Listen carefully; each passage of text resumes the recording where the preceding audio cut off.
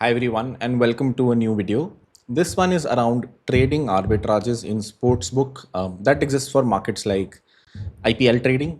Basically, it's not closer to a MPL or a Dream 11.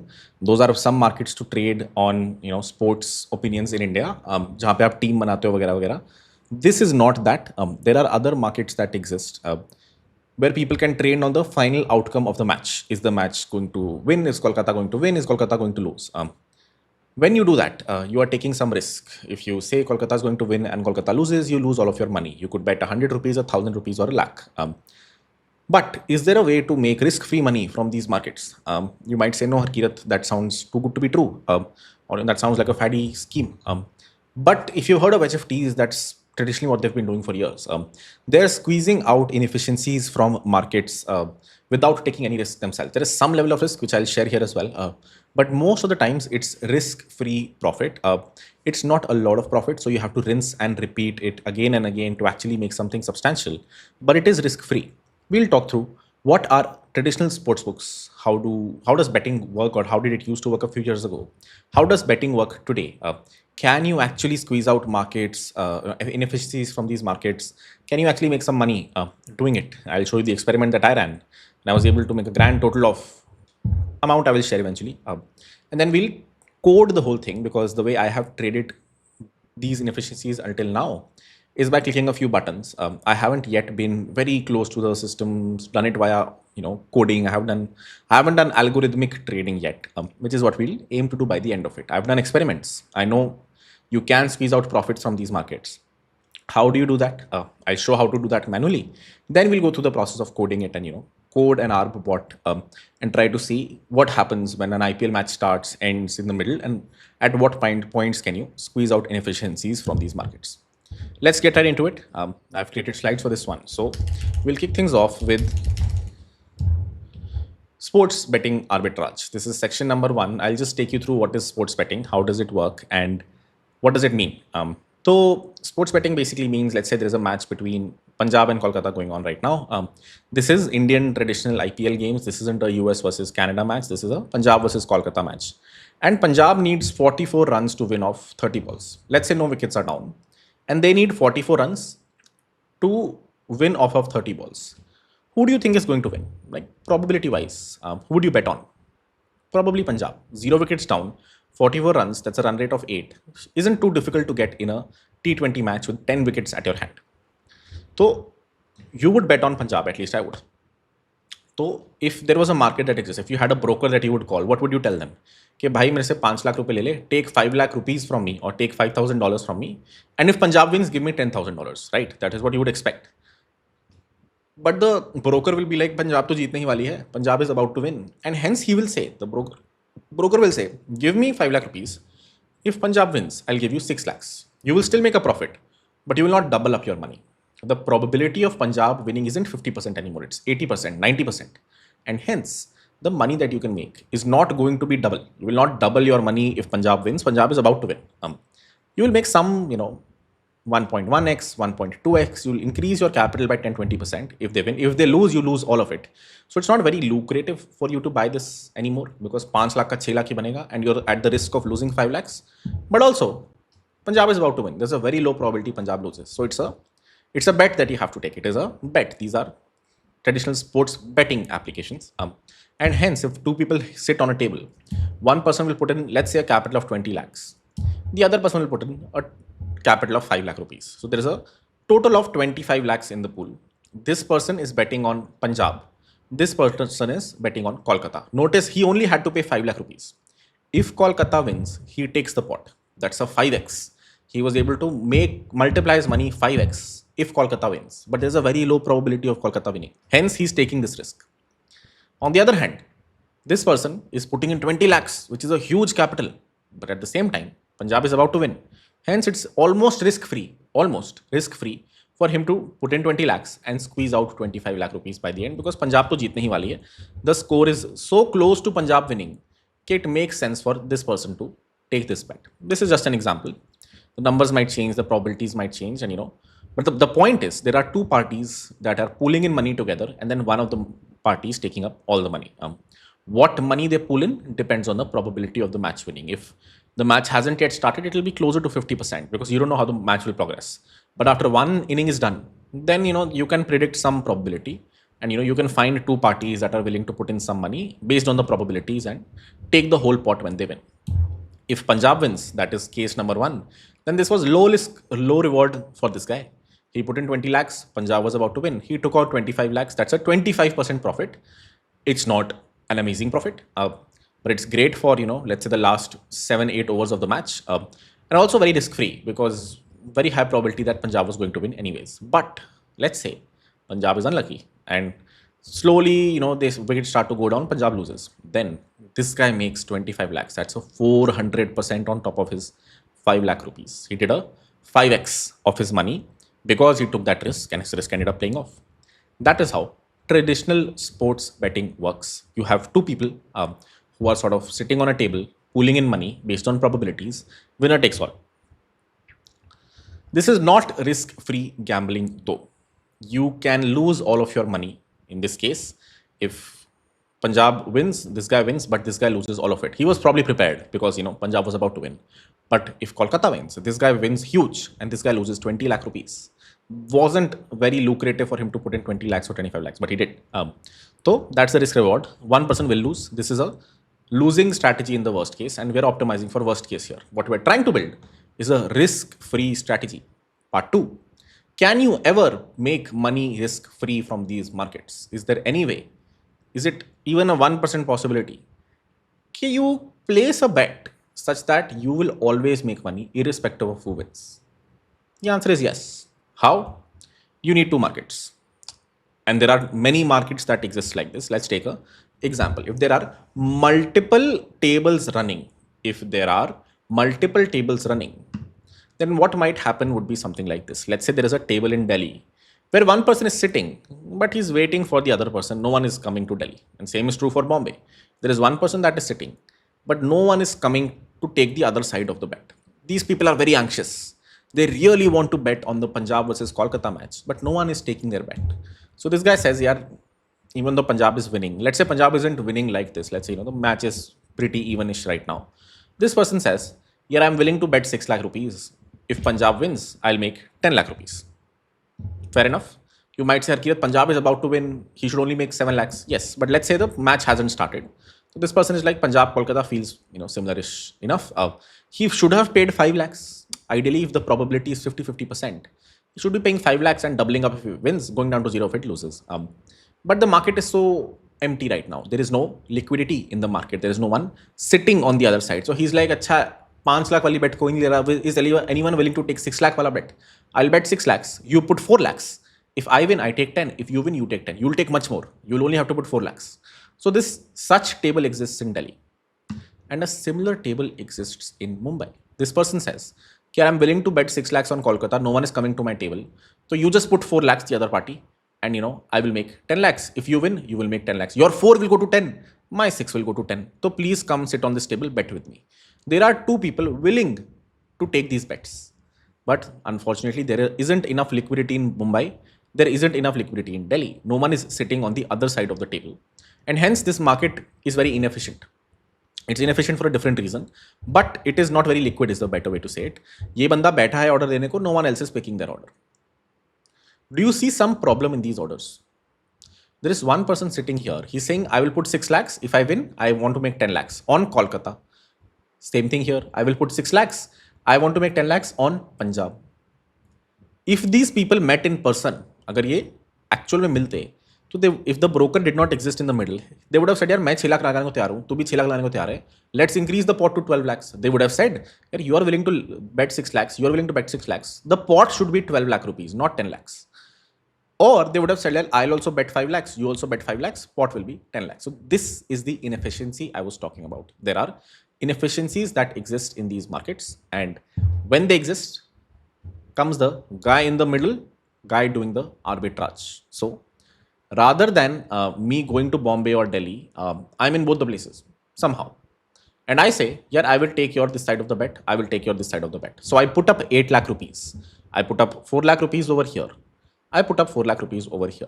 So if 4 lakh on Kolkata. This guy was betting on Punjab. I put 4 lakh on Kolkata. 10 lakh is the pool. This guy was betting on Kolkata. I put 4 lakh on Delhi. 10 lakh is the pool. Now I'm sitting on two tables. I am down 8 lakh rupees. But if Kolkata wins, will I make money?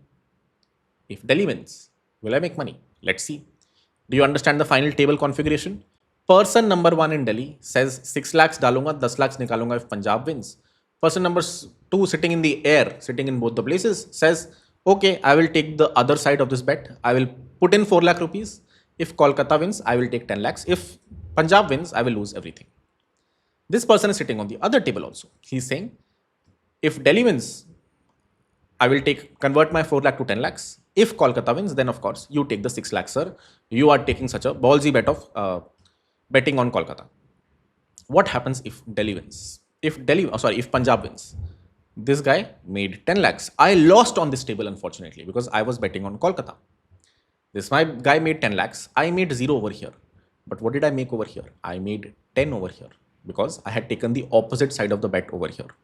Irrespective of who wins, I will make 10 lakhs. I'm sitting on two tables and my entry price was really low. My entry price here was 4 lakhs. My entry price here was 4 lakhs. And irrespective of who wins, I'm going to make 10 lakhs. I might win on this table. I might win on this table. This guy might win or lose. This guy might win or lose. I will win on one table, lose on one table. But overall, my 8 lakh rupees will get converted to 10 lakh rupees by the end of it, risk-free. Case number 1, if Punjab wins, this guy makes 4 lakh rupees. This guy is down 6 lakh rupees. But Harkirat in the middle, even though he lost on this table, won on this table, still is up 2 lakh rupees because he had put in 8 lakhs, 4 on both the tables.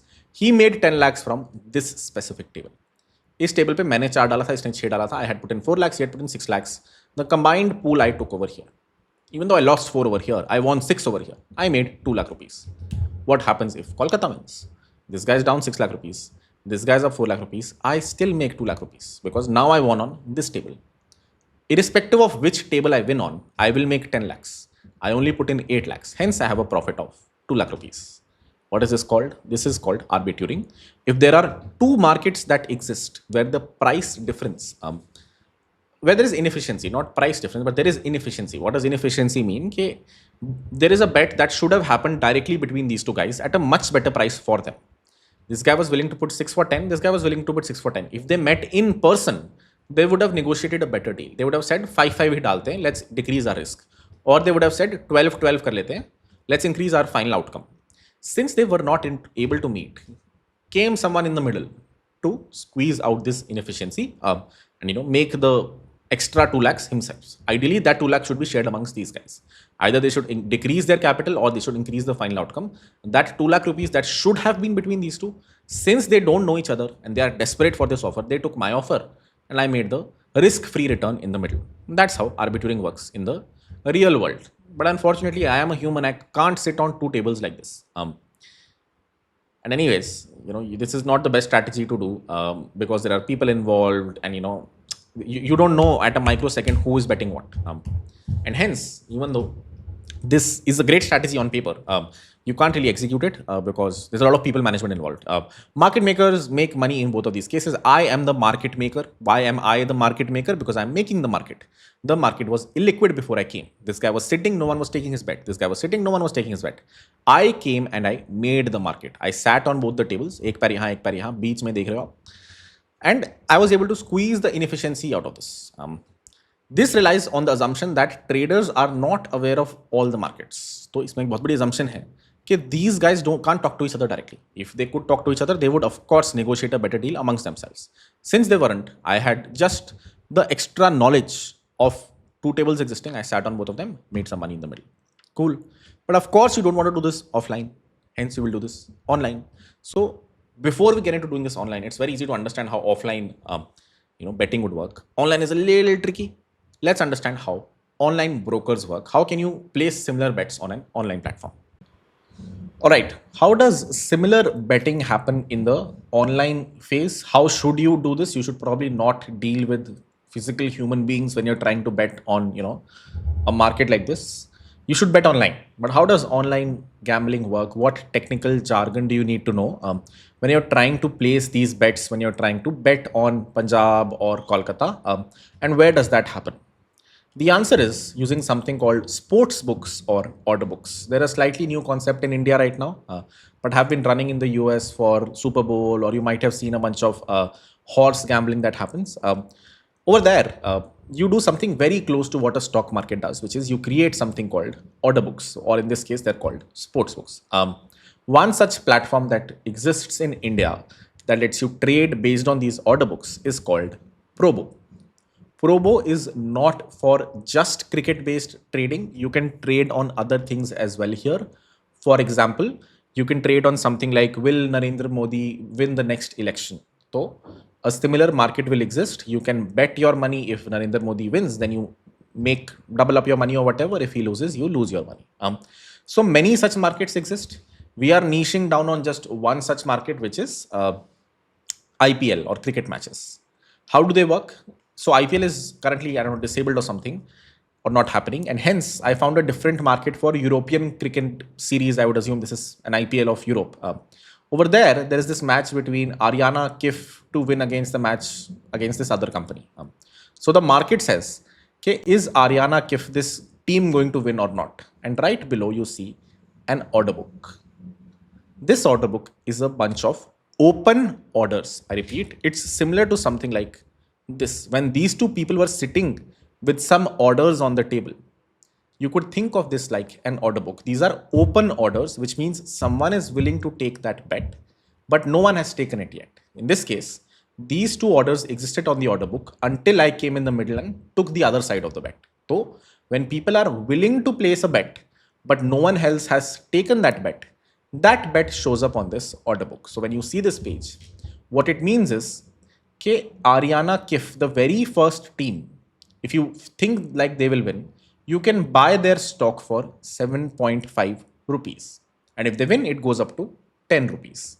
So you'll make a profit of whatever, 30-40% in case you buy this and they actually win. If they lose, of course, your 7.5 rupees goes down to 0.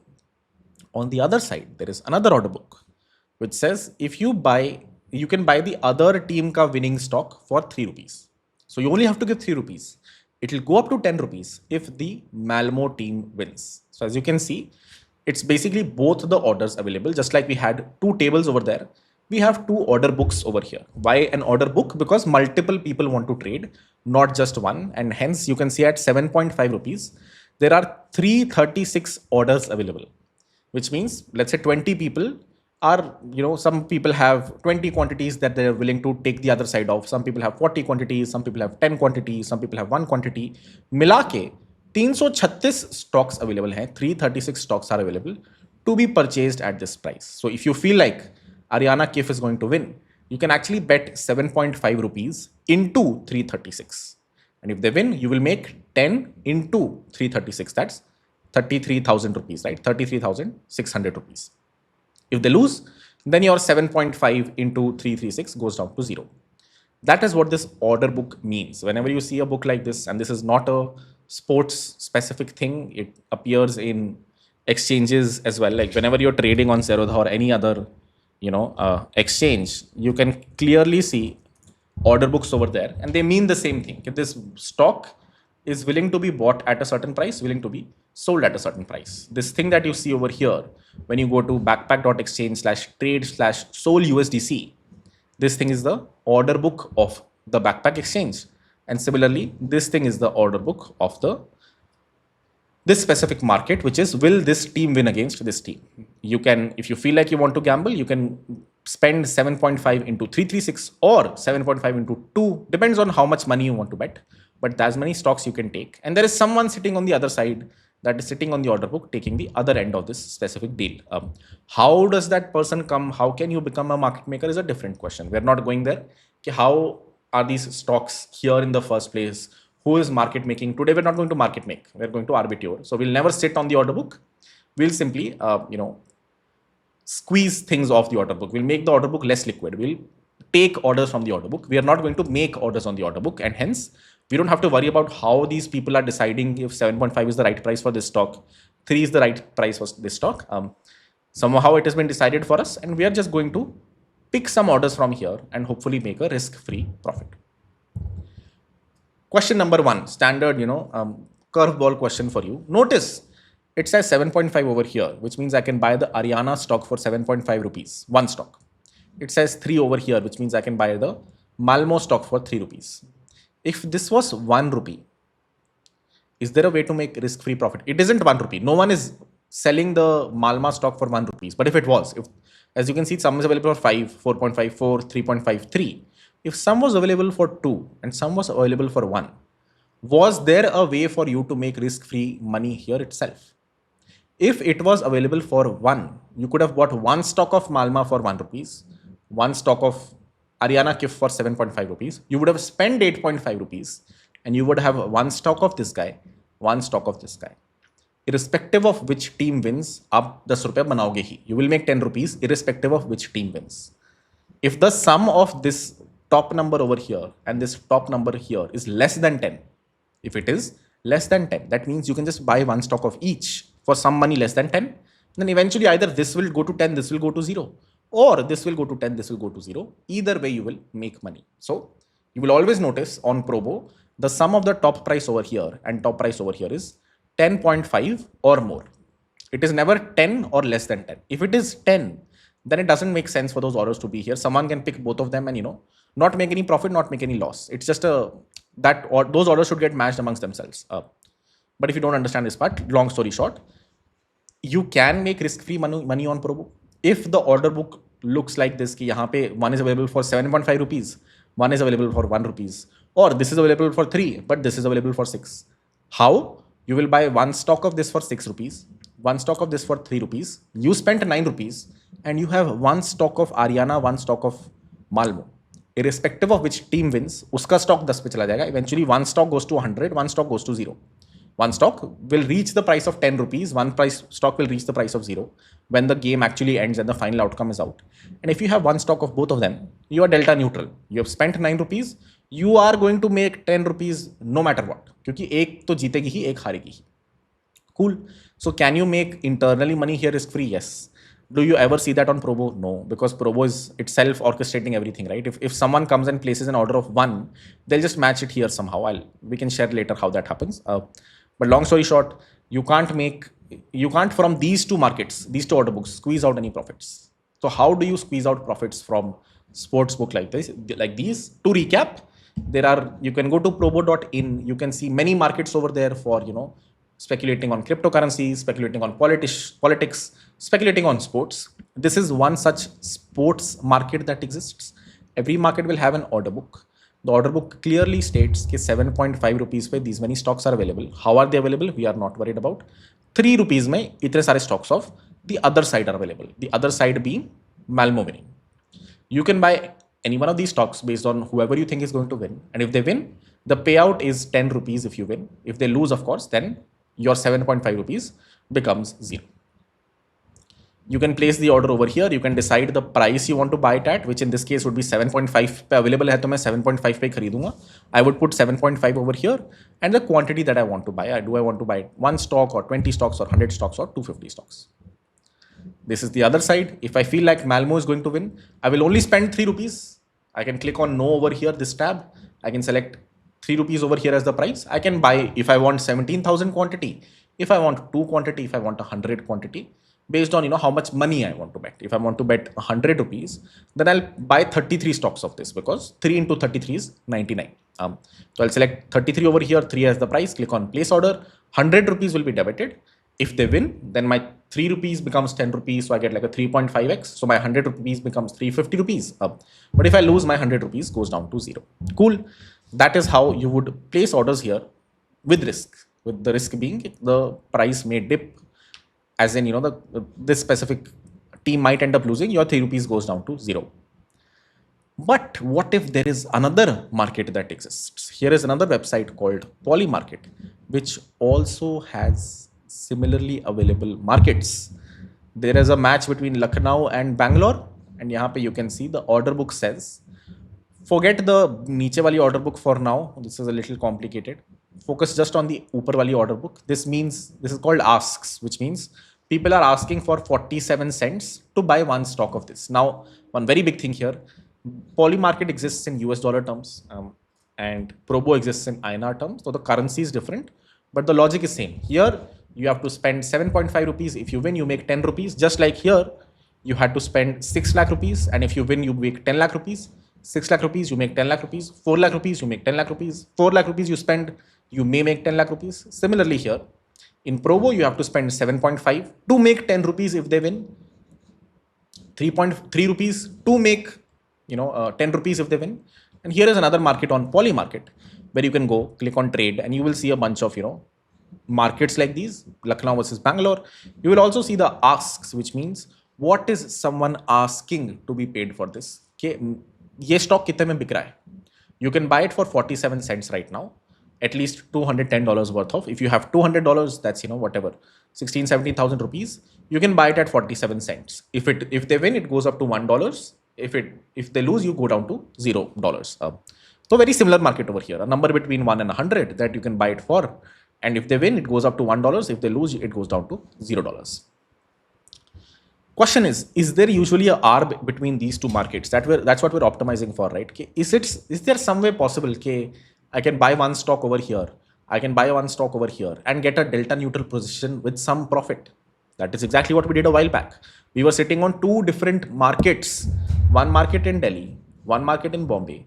Is there a way Probo pe I can buy some stocks and polymarket pe I can buy some stocks of that specific market and have a risk-free outcome by the end of it? The answer is yes. Here is an example of, a week ago when I was trying this out. Notice the time is 8:26 a.m. And at this time, I went to Probo and saw, Hyderabad versus Delhi ka there is a market. I can buy the Hyderabad stock for 4.9 rupees, which means if Hyderabad wins, my 4.9 rupees will become 10 rupees. I can buy the Delhi stock for 5.2 rupees. That means if Delhi wins, my 5.2 goes up to 10 rupees. And on polymarket, I saw I can buy Hyderabad for 47 cents. I can buy Hyderabad for 47 cents on polymarket. I can buy the other side, which is Delhi. I can buy Delhi on Probo for 5.2 rupees, not 0.52 cents. But currency conversions you can always do. Like assume both of them are in dollars right now. So this is, let's say, $5.2 going up to $10. This is $4.7 going up to $10 or 47 cents, but you can just multiply the quantity by 10. You can buy 10 shares rather than buying one share. So if you buy 10 shares at 47 cents, you're spending 4.7 rupees and you will win $10 if Hyderabad wins. What are you buying it for? 47 cents. What is the other one available for? 52. What is 52 plus 47? It is 99. That means I might have to just spend $99 to buy 52 stocks of this or 47 stocks of this. And by the end of it, irrespective of which one wins, I will make 100 rupees. Do we get that? I can buy, this is available for 47 cents. So if I buy 100 quantities here, if I buy 10 quantities, I have to pay $4.7. If I buy 100 quantities, I have to pay $47 over here. यहाँ पे मैं $47 दूंगा, then I will win $100 by the end of it.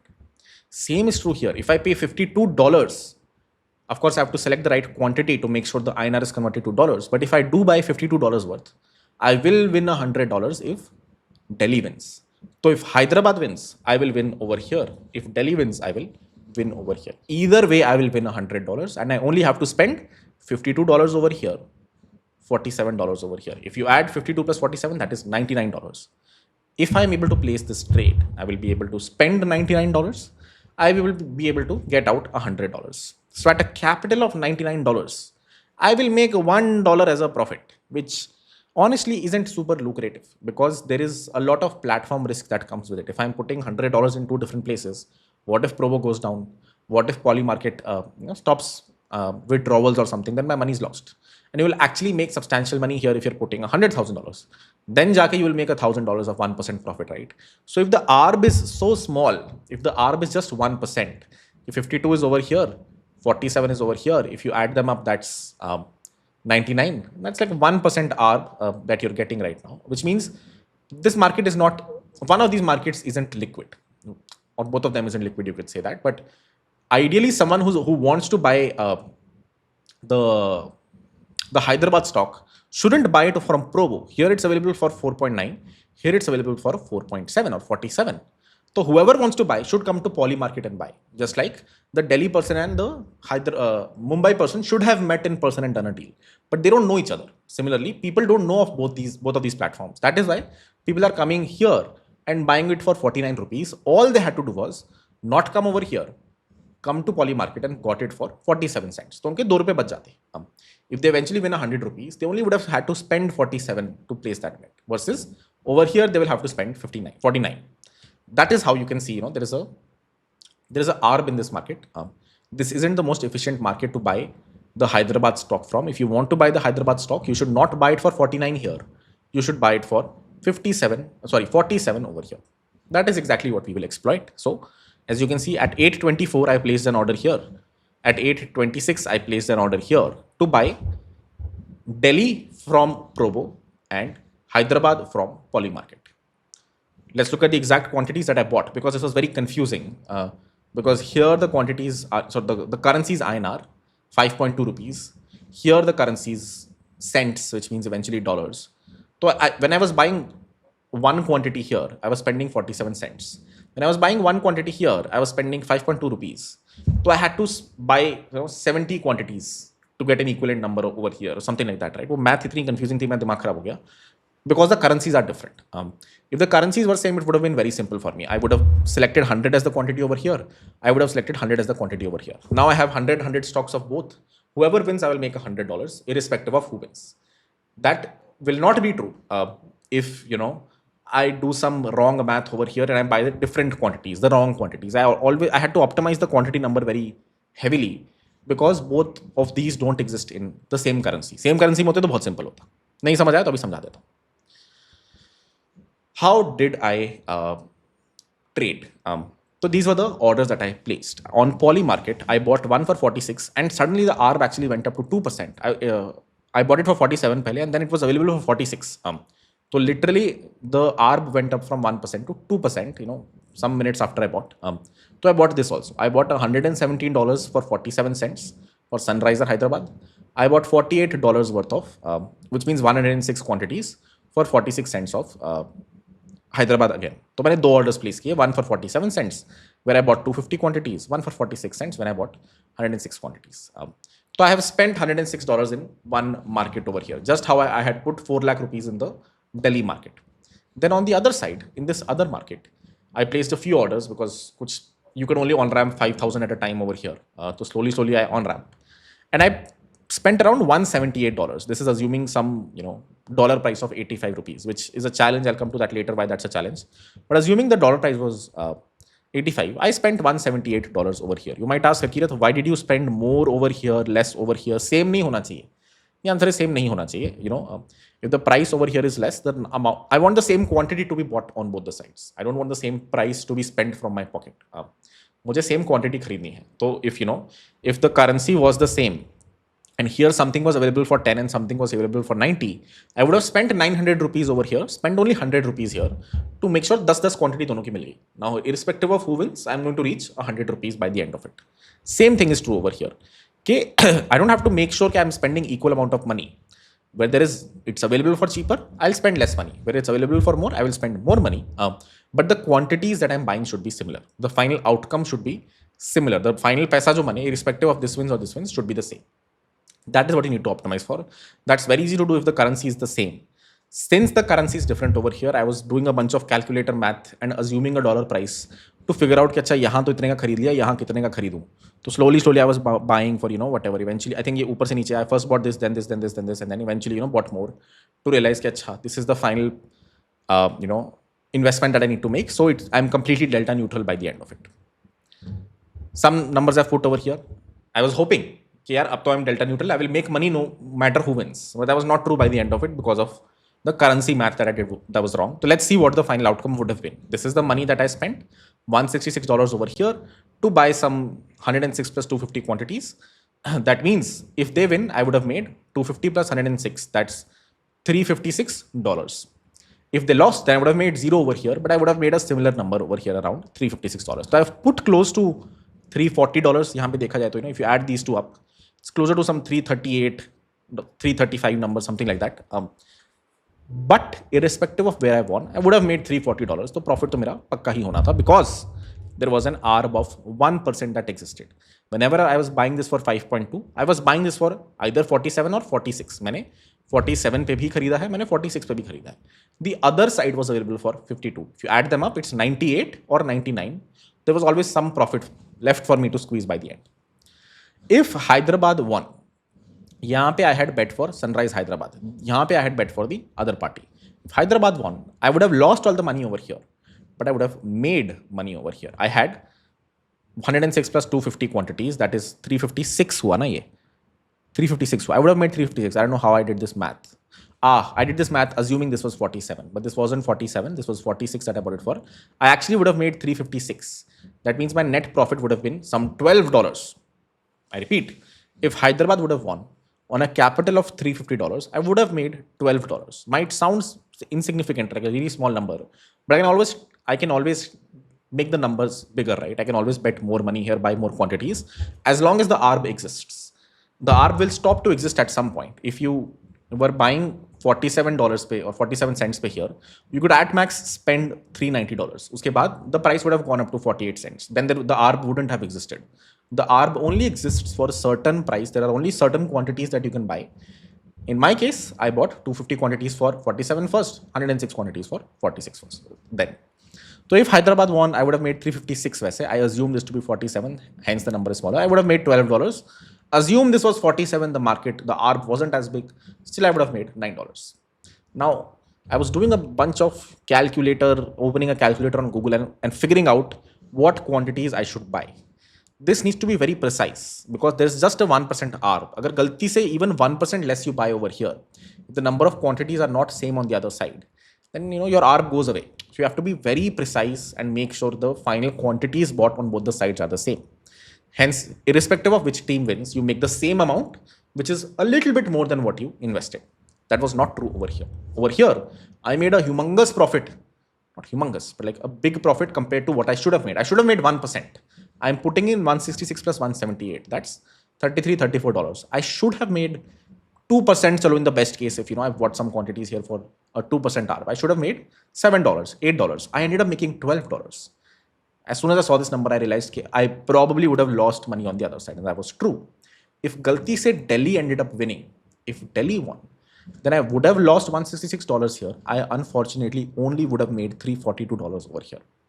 I would have lost $1.7 because I didn't do the right math when I was buying the stocks over here.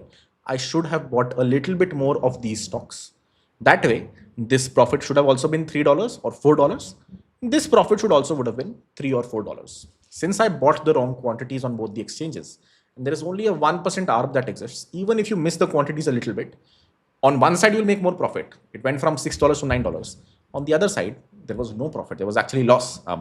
That would have happened in case Delhi won. At least in my head, I had done the math right. So I was hoping for a great outcome by the end of the day. And imagine what happened. I came back home, the match is running, I opened the markets, and the markets are extremely liquid. They have very big spreads on polymarket. If I have a screenshot, you'll see it right here. And there is a very big price difference between Probo and this guy. And my math is right in my head. So I start to place orders. I place an order over here. I'm trying to place an order on Probo. It's not happening. It's saying order suspended, market suspended, which is when I realized the match actually might be suspended, which means it might result in a draw, in which case I had no idea what happens on these markets. Is it that, they return you all the money, they refund you all the money, does something else happen? So I wasn't sure what would happen. I was seeing arbs, I was closing them. I in fact arbed between this and stake as well, because polymarket was down, they suspended the market, but this was up and stake was up. And the arb was huge because people were speculating a lot, will a draw happen, will something else happen? So I put a lot of similar orders between this guy and stake. Stake doesn't have an order book, but wahan pe bhi you can place an order. So I was able to somehow make the math work. There was some 20% arb that I found. So I quickly placed orders here and there. Then eventually it was a draw, and I had no idea what would happen in a draw. But in case you would have the most ideal draw matlab Probo people said, yeah, we can't pay one side full, we can't pay the second side full, we'll pay 50-50. What does that mean in this case? If you were sitting on a table and let's say there was a draw, these were the money that you had put, what should happen? The pool should just split up, right? 6 lakh isne lagaye the, that is fine. 4 lakh maine lagaya, that is fine. You can either refund both the parties. Okay, you put in 6, you take your 6, match is suspended, you take your 4. Or you can just split the pot half-half. Okay, no one won. That probably means okay, 10 lakh is not going to go to one side, 10 lakh is not going to go to the other side, 5 lakh will be split. What ends up happening, at least in these markets, is that 5 lakh was split. That means, in case of an online scenario, okay, the final price that, irrespective of where you bought this for, it will go down to 5. Irrespective of where you bought this for, it will go up to 5. So both of these stocks eventually sold for 5 rupees. Ideally, when there is a final outcome, one stock goes up to 10 rupees, one stock goes down to 0. But in the case of this market that eventually got suspended, this third case happened, a draw happened, and these stocks also got up to 50 cents. These, stocks on, both of these stocks on Probo also went down to 5 rupees. And by the end, when I ran the math right now, the profit was $3.6. So in my case, thankfully, in either of these cases, because I had the same quantity of both of them, if one goes to 1, other goes to 0, I make the same money. This goes to 1, this goes to 0, I make the same money. Both are at 50-50, I still make the same money because I have the same quantity, right? I have 200 here, 200 here. अब ये $200 हो जाएगा, ये भी $200 हो जाएगा, ये भी $200 ही है. If I get 50-50 of both of them, so I got lucky. कि the final payout that they decided to do was not refund. If everyone was refunded, then I would have not made any money, not lost any money. But if different things would have happened on different platforms, is when there was a chance I could lose a lot of money or make a lot of money. So one thing that I read online was, if you look at the Probo market, it doesn't say is Hyderabad going to win or Delhi going to win. It clearly says Hyderabad to win the match versus Delhi, which did not happen if there is a draw. Hyderabad indeed did not win the match. And hence, what I thought was, okay, most probably, Hyderabad lost, which means I had bought this stock that Hyderabad to win. That doesn't happen. Well, that means the stock that I won would have gone up to 1 rupee. So actually would have made a big profit if they actually followed this statement. The statement simply says Hyderabad to win. Hyderabad did not win. Hyderabad did not lose either. They had a draw. So what I was hoping after I read online how the final outcomes are made was that this goes up to 10 rupees now because Hyderabad did not win. That is exactly what the statement here said. But unfortunately, fortunately, whatever, they eventually paid out every stock over here that was bought at whatever price, 4.9 or 5.1 or 5.2 or 5.7 for 5 rupees.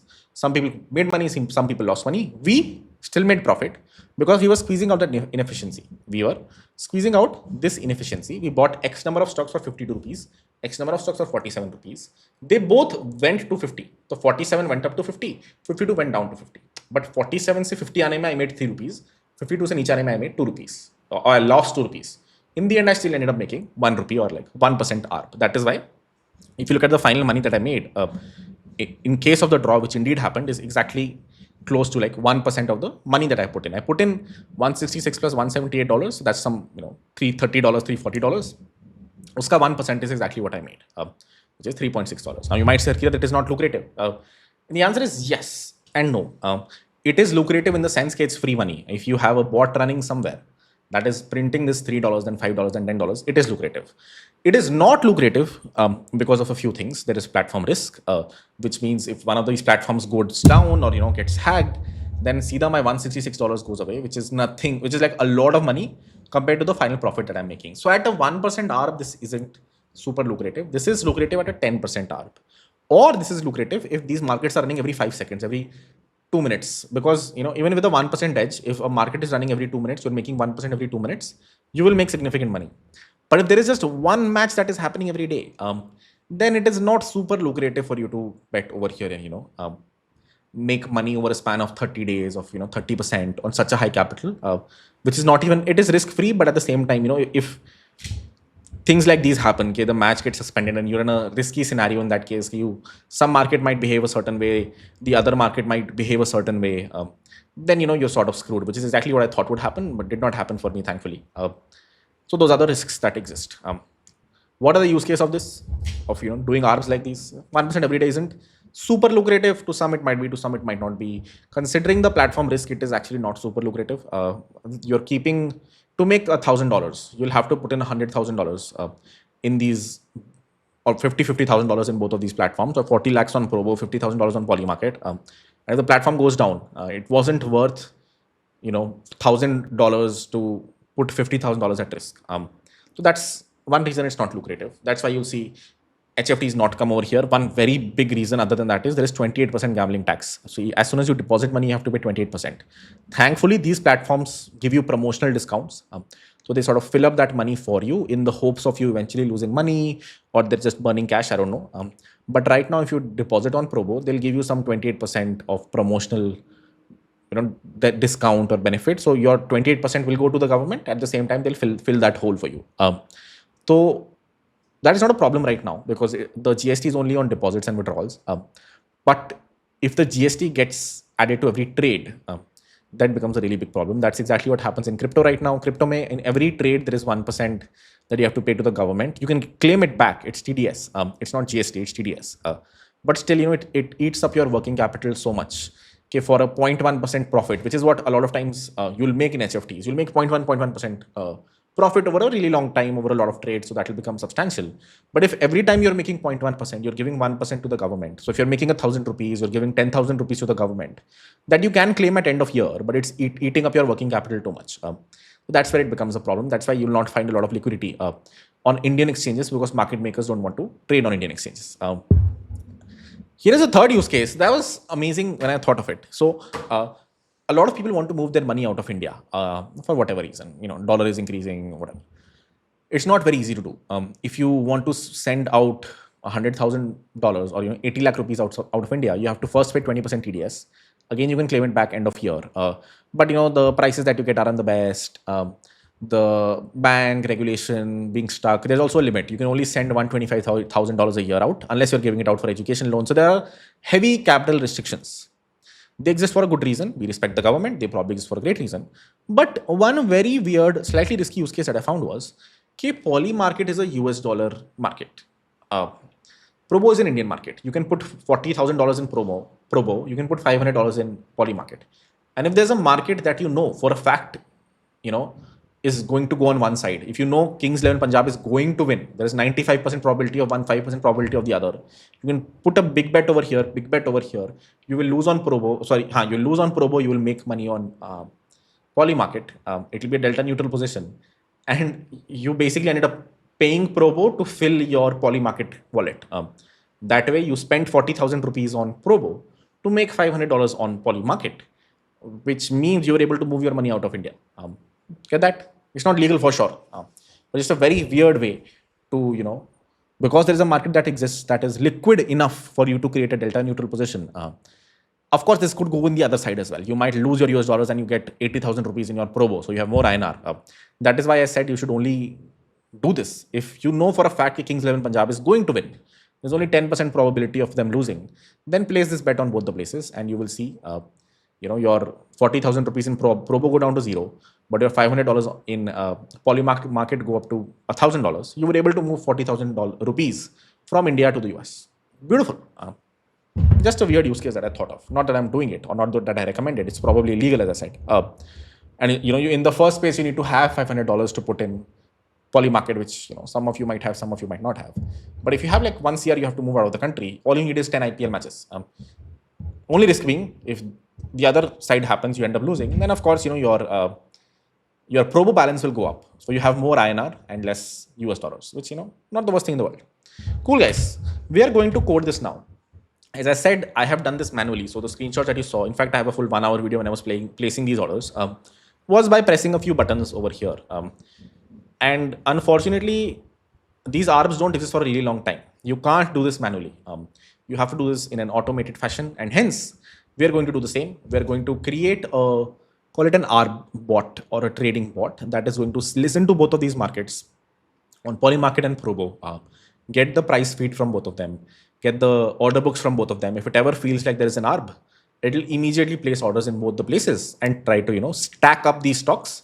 Eventually, when either of the team wins or there is a draw, one of them will go down to zero, one of them will go up to X, and you've made your money. by the end of it. So that is what we're going to code. We're going to code an ARB bot that is going to listen to these markets and place these orders. Ideally, there should be cancellations again as well. You can actually exit your position early. We're not going there. Very simple right now. वो जो मैंने manually किया था, I waited for the match to end. Same thing we're going to do. We'll सबसे पहले find the APIs for Probo and polymarket. My guess right now is Probo doesn't have, based on a Google result, Probo doesn't have official APIs. Polymarket does. This should be easy. This should be a little hard to figure out. Get order book in memory in real time from both. So we need to listen to both of their order books and find if there is a 1%, 2%, 5%, 10% arbitrage. Check the ARB anytime the book changes. Anytime someone says the order book has changed, which means, the quantity price that is available over here has changed, or the quantity price available over here has changed. We will see if there's an ARB that exists. If an ARB exists, then find the right quantities to place an order for. As I said, the bad thing that I did over here was did not do the currency conversions right. So I need to make sure, I'm buying this similar amount of quantities on both the sides, so that eventually I make money in both the cases. That will be a little hard to do with some assumptions around the US dollar price. We'll get to that when we get to that. And finally, place an order on both the books and, just hope for the best whenever the book sort of liquidates. By liquidates, I mean the market ends. Challenges, there are 3 of them that I can think of right now. Probo doesn't seem to have official docs, so it will be a challenge. Assuming a fixed US dollar INR price. So yeah, this is what is the biggest challenge, because you're only making 1% and the dollar price can go down or go up by 1% any day.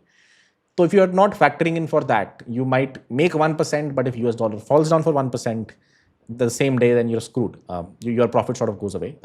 So all of this works if you're assuming the US dollar INR market is going to stand, which means if it's 85, it will remain 85. But as I said, that's not true in a lot of cases. Partial orders / order failing / order sniping.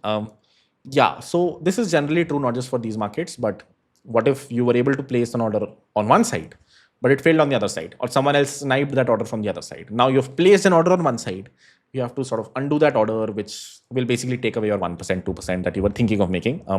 And hence might sound lucrative, but as I said, for this capital, probably not the best thing you should do. Yeah, I would not personally risk $100,000 in these 2 platforms to make $1,000 by the end of it. Even though $1,000 of risk-free capital is super lucrative, it isn't happening enough for me to risk this. If it was happening every 2 minutes, like there's a market where I'm making 1% every 2 minutes, that happens in blackjack games. If you have an edge over the house, then it's fine. Put in the money, play for 2 hours, pull out the money, you're fine. If I have to stay there for 10 hours with the risk of the platform ever going down, I would personally not bet. I don't think it's enough advantage or enough incentive for me to do that. That said, sometimes these markets get super liquid, 20%, 5%, 7% ARB, which is when it might not be the worst thing to do. Cool. Let's get into the coding bit. We'll code all of this in Node.js. These are the steps. We're going to follow them one by one. I'll see you in the next section. Alrighty, step 1 is figuring out, does Probo and polymarket have an API? Long story short, Probo does not, polymarket does. So it'll be a little easier for us to connect to polymarket. That will not be true for Probo. So we'll figure out from very first principles, is there a way for us to reverse engineer the Probo APIs? Can we connect to Probo programmatically, or are all of these efforts in vain? Even I don't know right now. So we'll have to figure that out together. For polymarket does have an API. So if you search for polymarket API, you'll see they have API documentation. We still need to figure out how to connect to their APIs. But if you open their central limit order book APIs, you'll find you can get a list of prices and books, which is what we want. We want the order book of a specific market. They have Python and TypeScript APIs. Probably can hit them via HTTP as well, but this seems simple enough. Const response equal to await glob client.get order book. So we just have to create a client, probably need to give it some sort of an API key, and I can get the current order book of a specific market. That's easy. The slightly harder bit is the WebSocket API. We then need to subscribe to the market for all the changes. What happens in polymarket or any opinion trading market is the book changes fairly quickly. For example, if you look at US recession 2025, this is the order book. You can grab it once, but it'll keep on changing. There's not a lot of activity, hence you don't see a lot of change here. But generally order books can change. So you can either keep polling them, or ideally you should connect to them via WebSockets. So you're getting all the updates. So the second API we'll need would be the WebSocket API, the polymarket. Sorry, where did that go? The polymarket CLOP API, center limit order, I don't know, processing, I have no idea, provides WebSocket channels through which clients can get pushed the updates. These endpoints allow clients to maintain almost real-time view of the orders, their trades and market in general. There are two available channels, user and market. We probably need the market channel. Authentication happens via API key and secret. Polygon accounts CLOB API phrase. I have no idea what this, probably need to sign a message or something. This is going to be tricky. User channel, don't need that. Market channel is what we need. Public channel for updates related to the market. Emitted when first subscribe to the market, when there are trades that affect the book. That is exactly what we want. We want updates like these whenever the order book changes, get a specific price, the size or the quantity has changed. So this looks great. And we have a clear path to connect to polymarket and get their order book in memory. So let's do that first. If you remember the steps, find the APIs. This very first step I'm going to break into two parts. The first part would be connecting to polymarket, and the second part is going to be connecting to the other one, which is Probo. The Probo one is going to be a little harder, but let's finish the first one first. Let's quickly initialize a empty bun.js project or node.js project if you want, either is fine. And let's try to get the order book of one of these markets in a variable in JavaScript.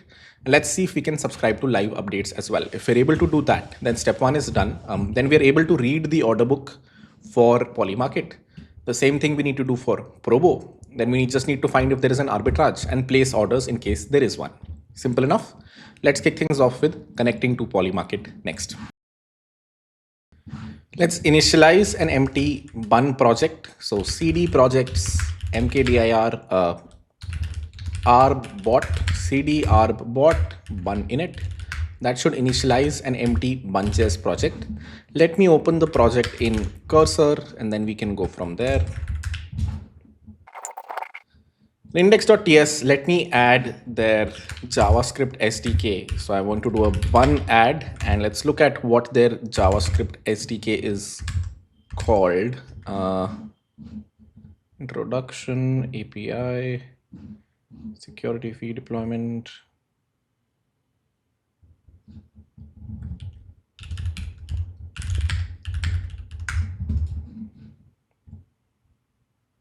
There we go. They have an official SDK. It's available at there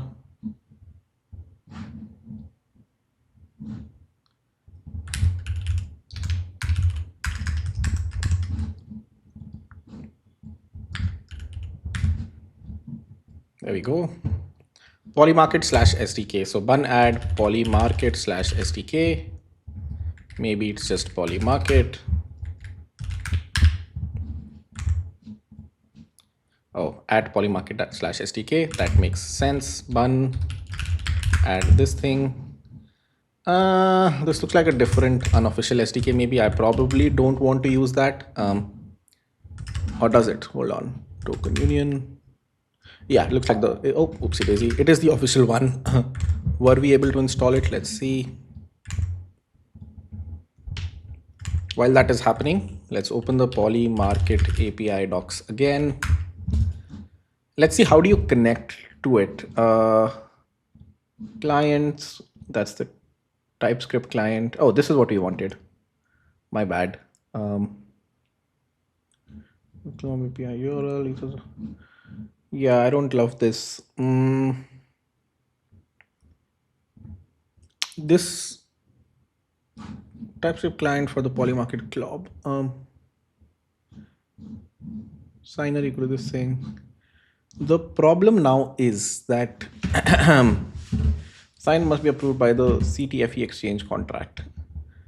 The problem now is that we're using polymarket, not using an Ethereum wallet. I actually logged in here via, my Google, which means they probably created a public-private key pair for me. This is my Polygon, whatever, public key. So I'll probably have to export the private key or something. Let's see if there's an easy way to do that.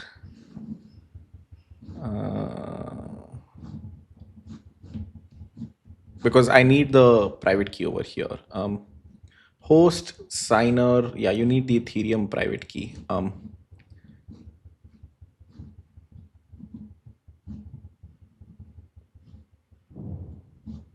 Export private key, there we go. I should move this off the screen. I mean, yeah, as I said, you can log into Polymarket either using an Ethereum wallet or using Google. When you use Google, they actually depend on magic.link, which is another, auth provider in Web3. They actually hold your private key. So now let me just log in with the same email address that I used, probably off the screen over here, and export my private key.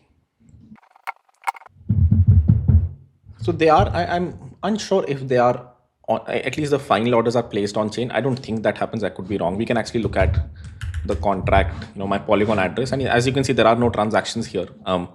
There is no balance here. There is, my USDC is here. So why are there no transactions? Token transfer. Yeah, there you go. So they do everything on chain. The question though is, why am I not being charged? Gas fees, never mind, that's a question for later. What I had assumed was eventually they run all orders off chain, but that's not true. As you just saw, they are indeed on chain.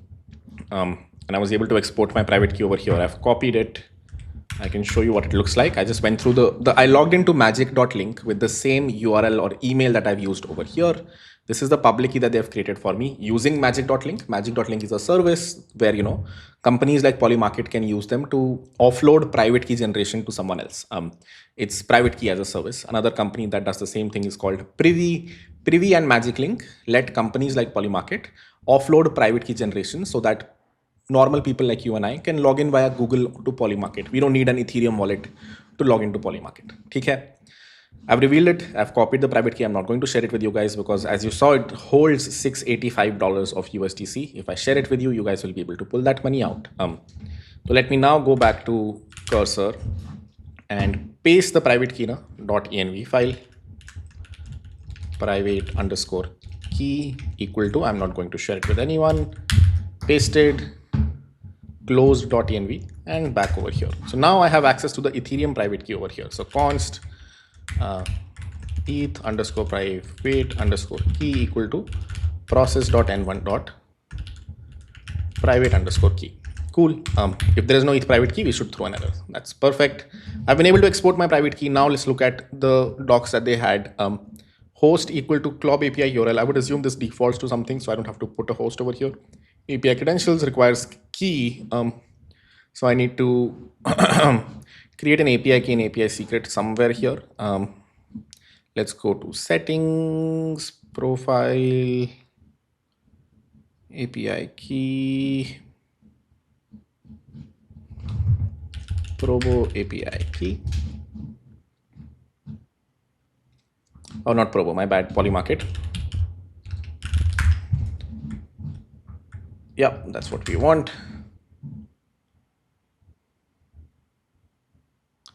I did export my private key already.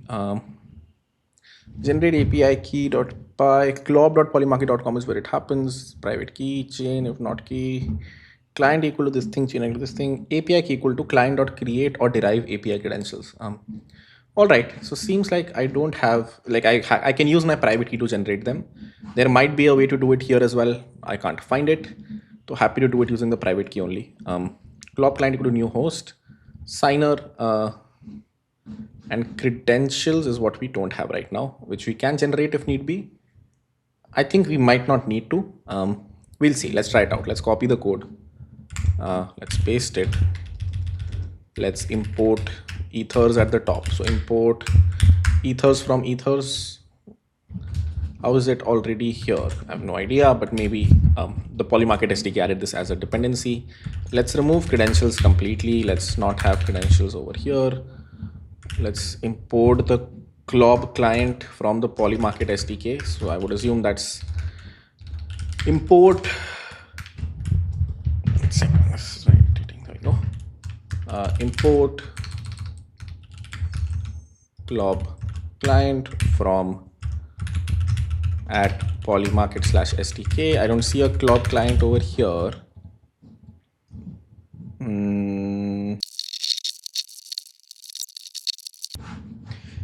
Yeah, I'm just going to clone the repository and actually bring the source code to the project.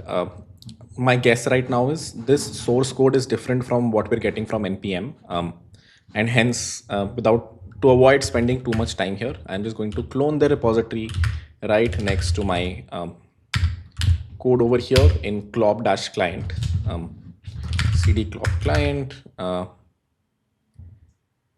It has its own set of dependencies, which is fine, but I need to merge them. It's going to be tricky. I'm using bun, they use yarn, that's why it's going to be tricky. Let's do a yarn install here, or let me go back. Let's just do a bun install. cd 𝗟𝗶-client yarn install.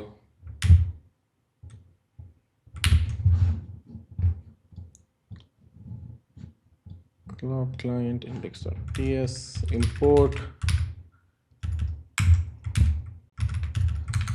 𝗟𝗶-client from //client/source/index.ts, something like that. Yeah, that works. 𝗟𝗶-client comes over here, so we're good to go.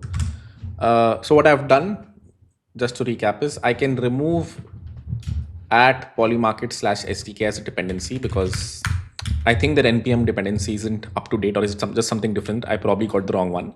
Hence, I've just cloned their 𝗟𝗶-client from GitHub over to my local folder over here, and that's what I'm using, like this. Index.ts, I am depending on polymarket SDK like this. I'm not depending on polymarket SDK like this. Cool, simple enough. Just because there are some issues with the dependencies, we don't want to go into the hassle. My guess right now is they're not publishing to npm actively, or I was just looking at the wrong npm repository. Moving on, what does this? So here now you can create an order like this, which is beautiful. Not something we want right now though. I've initialized a 𝗟𝗶-client over here. I do have a signer. And this should take the Ethereum private key as an input. So ETH_private_key. Wallet is not similar to chain. 𝗟𝗶-client requires what? If you look at the constructor, host, chain ID, and then signer. So the second argument over here is going to be the chain, which I'm assuming is just Polygon chain dot Polygon and then signer, because polymarket was sort of built on top of Polygon initially. Now it supports everything, and I don't. Okay, that should create an order, but we don't want an order right now. We want the depth. How do you get the depth or of a specific market? You probably first need to go to the market. So let's open a sports market really quickly. What is happening over here? $250, $16 volume makes sense. Let's pick one that's a little more active. Maybe this one right here. How do I get that market ID? UCL 3 markets.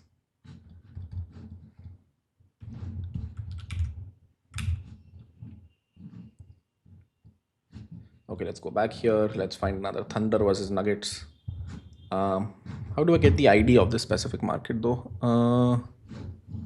I have the slug. I don't have the ID. I'm assuming I can get it out from here somewhere in the API. God damn it, that's too much API.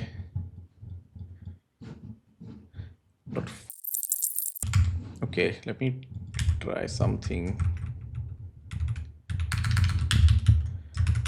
What was the SDK? It was get order book.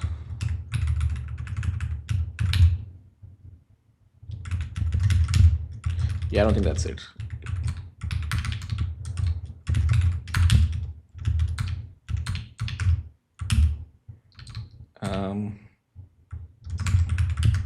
Console.log, this response. Let's see if we get back the depth of a random order book, because I don't know what this ID is, or where to get it from. So we still need to see, does this return the depth of a market or not? It does not have Clob client. Could have sworn I reached Clob client from here.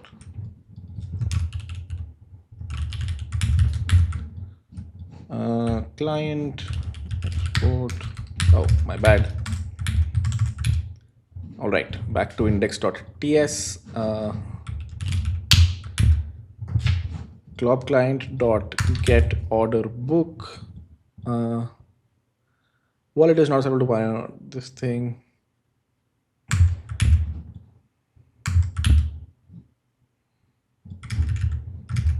What was the signer?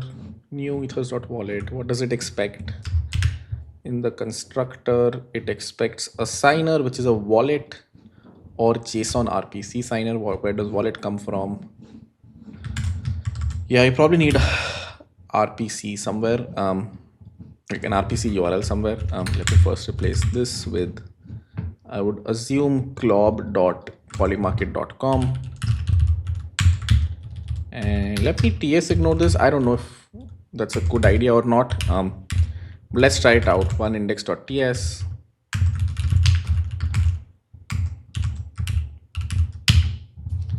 And we get a 404. No order book exists for the requested token ID. That is good. That means this didn't give us an error. The signer. This indeed gave us an error, but I'm hoping that's because, not hoping, I know that's because that market doesn't exist. So we need to find the ID of a specific market. For example, this is a game. What is its ID is the question. So I'm going to refresh this and search for this. Mostly analytics. Yeah, how do I get the ID of this specific market? I'm assuming I have to place an order, which is something I don't want to do, but I will do. So let me just buy one share of this market at 0.74 by Thunder. Minimum 5, so let me buy 5 by Thunder, order placed. And let's look at the order. Oh, god damn it. Yeah, there we hopefully go.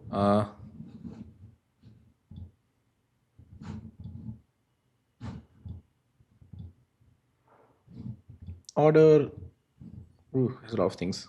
Maker, amount, signature, token amount, token ID, there we go. So that's the token ID, which I'm assuming is the market. Let's try it out again. Let's see, do we get the order book of the specific market? And indeed we do. We got the order book, the bids, and the asks of this specific market. So after spending so much time trying to figure things out, we have finally been able to log the order book of a specific market. The market in our case being this, Thunder versus Nuggets market, whatever that is.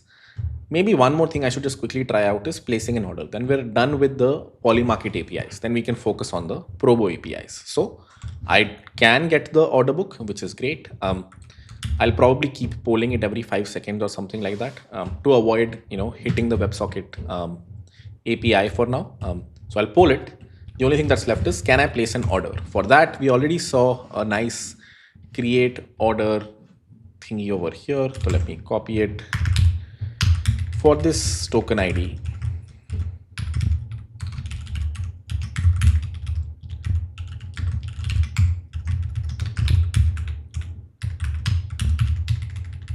for this token underscore ID, price, what is the current price to buy? It was 0.74, right? So 0.74, side would be by, size would be 5 is good enough, and fee rate bips. I don't know what this is. I'll keep it at 0 for now. What's the problem here? Token ID. Cool. Let's log the order as well.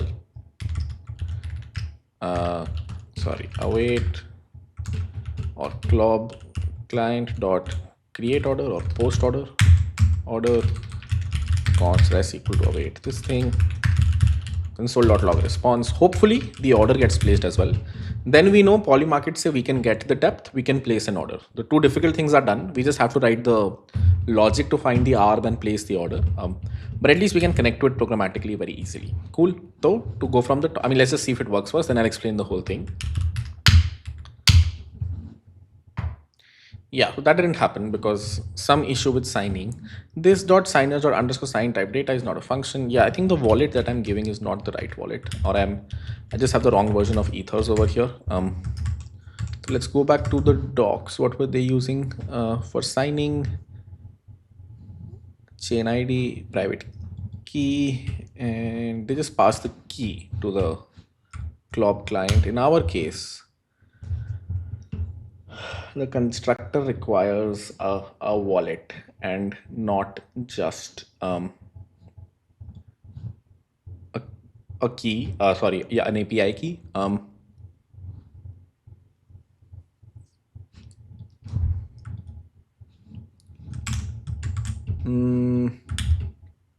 All right, what is this wallet? The wallet is, where does it come from? It's at ethers project /wallet. It's not, and what is the wallet over here? It is ethers. So let's add at ethers wallet.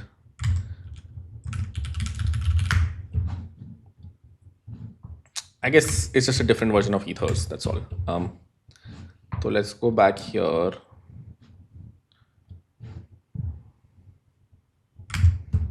What was it again?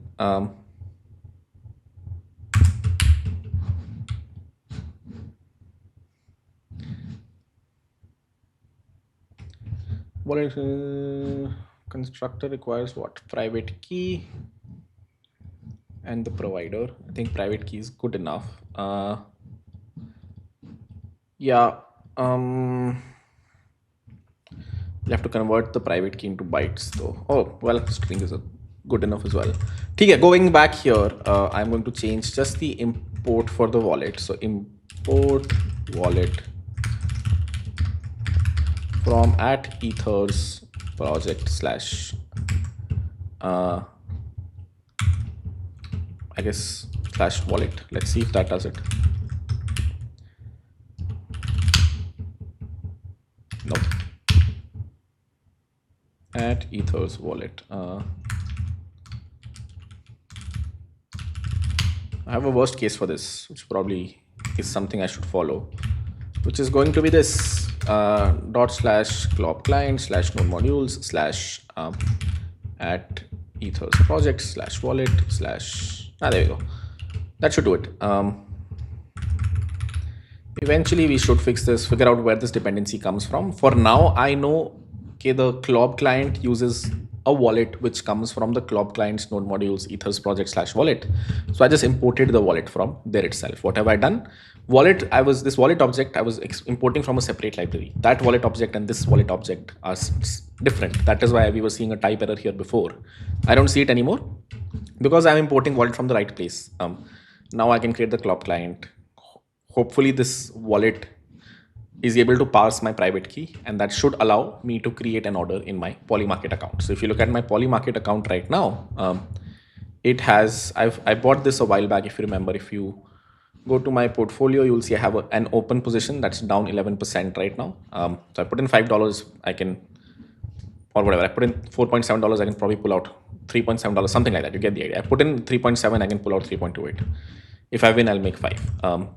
If I place this order again, munindex.ts, I'm hoping I wasn't able to. L1 unavailable error, auth unavailable error. Signer is needed to interact with this endpoint. API credentials are needed to interact with this endpoint. Okay, so we will create API credentials first. Const. So before you create the wallet, before you create the client, 𝗟𝗶 client requires API credentials as the fourth argument. So it seems like a deadlock. 𝗟𝗶 client is needed to create the API credentials, but the API credentials are required by the 𝗟𝗶 client. Let me still log them first, and I'll hard code them for now. Const API key, const API response equal to cloud client dot get API keys. Does it expect anything? It does not. Console.log API response. This I'm not going to share with you guys. I'm just logging this API response so I can get back the API keys to my polymarket account. I couldn't find a way to do that in this UI. Ideally, when you go to any website, there is a button somewhere here that lets you export your API keys. I don't see it, and hence I'm using the cloud client without the API keys to print the API keys, which I'm going to eventually forward to the cloud client. So let's run it again and move it off screen so you guys can't see my API credentials.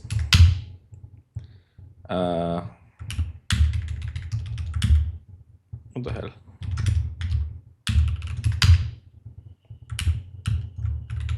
So even to get API keys, it says signer is needed to interact with this endpoint. API credentials are needed to interact with this endpoint. Even to get API keys, I need API keys, which is crazy.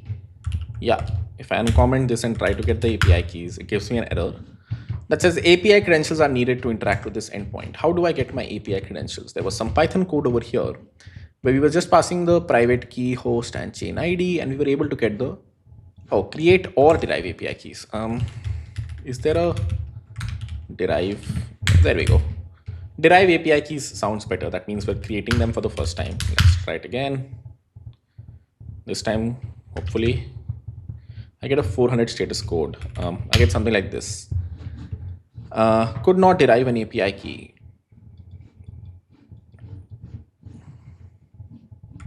Oh, there we go. Auth / headers. So this is the endpoint that's being hit. For some reason, it is not able to derive the API keys. My guess is I need to change the format in which I'm passing in the Ethereum private key here. It says bad request over here. It does have my signature as well.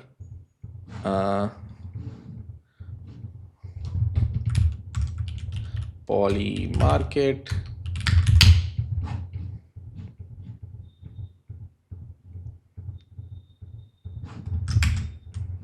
I'm going to probably spend some time figuring this out. All right, that was simple enough. Sometimes you just have to read someone else's code. The the Python code clearly said create or derive API keys. That is the exact function I had to call. So I called create or derive API keys. When I ran this, it printed out my API keys. I'm of course not sharing it with you guys. But my API key, API secret, and passphrase got logged when I call this function. I have put them in the .env file, which again, I'm not sharing with everyone. And I have access to all three of them over here. So now I have access to my Ethereum private key, my Polymarket API key, API secret, and passphrase. Now I can pass all three of them here as the fourth argument. So API key, Polymarket API key, API secret, and passphrase. Let's look at what it expects as inputs. It expects API key, API secret, and passphrase. Why is there an error here? String or undefined is not accessible. So I'll just put an exclamation over here because we know for a fact that they do exist. What's the problem here? API key doesn't exist. That's probably because key is small, or no, it's just key. So key, secret, and passphrase. There we go. That should hopefully provide it whatever it needs to create orders on my account. Until now, I was not able to create orders because I was not passing in my API keys to my account. Now that I am doing that, I hope that I'm able to create an order. This is the code that we wrote earlier. Oh, oopsie daisy. To actually create an order. And now when I'm creating the cloud client, I'm not just passing in my Ethereum private key, I'm also passing in my Polymarket API key, API secret, and passphrase, which I'm hoping is enough to create an order on my Polymarket account. Let's try it out. Let's run index.ts. Again, an error, not enough balance or allowance. Not enough balance. How much do I have in my account? I have $684 and $685. I am trying to invest in, where did that market go? God damn it. I'll have to find that market again. Thunder versus Nuggets. This is the one. I already bought it once for 74. It's available on the order book for, this is my position that I already placed an order for. This is the order book. It's available for 73. So I can actually replace this with 73. Size, I'm assuming, is this 73 and 5. I'm able to place an order over here. Why can't I place the same order over here? 73, 5, I'm trying to buy. Create order, token ID. Create order. Options. Nope. User order, token ID, price, size, side. Yeah, I don't see anything wrong there. Let's try it one more time. Not enough balance or allowance. I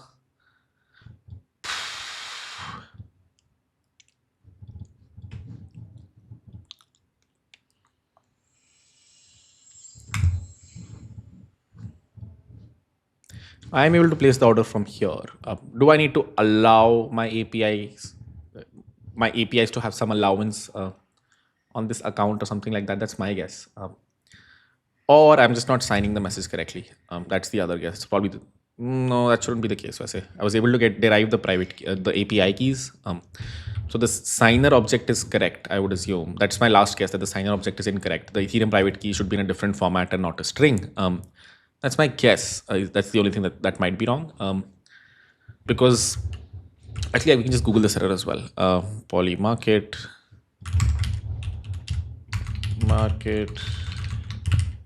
API, not enough balance.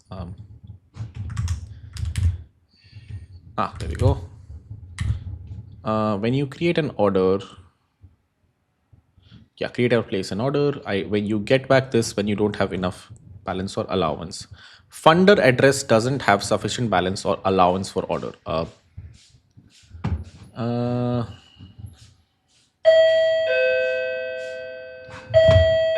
All right, let me catch you guys up to speed. I don't remember where we were, but we were trying to create an order. We were trying to run this code. That was creating some issues. The issue was that there was some error that was being thrown. That led, the error was not enough allowance or something like that, right? So when you go through the polymarket docs, you'll find that whenever you're using the API, you have to first wait for it. Allowance. I basically searched the error over here and I reached this section that said, to place an order, allowances must be set by the funder address for the specific maker asset for the exchange contract. What that means is कि जो contract आप खरीदना चाह रहे हो, on that specific contract, USDC allowance should be there so that that contract can spend your USDC. I have not done that yet. So I was like, I didn't see any APIs over here how to do that. So I went through their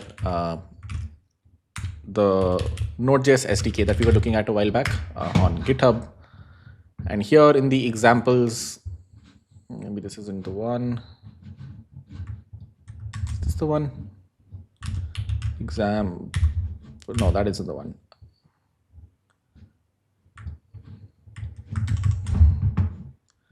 Most probably this is the one. Just wait for it. Actually, we can just go github.com/polymarket SDK. No, this isn't it. How about this one? This isn't it either. Where is their JavaScript SDK? Clob client, there you go. So I went to their Clob client repository that we already have cloned, went to the examples and saw some code for approving. I just searched for allowance, I think, approve allowance.ts, which showed me how can you, so basically this is a ERC20 concept. If you don't know ERC20, that's how currencies are done on chain. And unfortunately, Polymarket is doing everything on chain. So if you want someone to debit your USDC balance, that contract needs to have an allowance on your USDC balance. And the way to do that, you can do it directly also, but there was code written over here, so I just went through it. You get the user's wallet. If you look at the main function, you get the user's wallet, you get the chain, which in our case will be the Polygon chain. We don't need a bunch of these contracts. We only need the USDC contract because we're not using a custom token to, over here in polymarket, I'm not using a custom token. I'm using USDC. And hence I don't have to worry about the custom token here, just the USDC contract. And you can call USDC.approve to approve a certain amount, which in our case is, I don't know where the amount is sent. There you go. Basically, all of our USDC balance, I am allowing for a specific contract to be able to debit. This is what this lines of code does. If you've ever done ERC20 generally, if you look at ERC20 solidity code, you'll find in the ERC20 spec, or even if you look at the contract, there is an allowance function.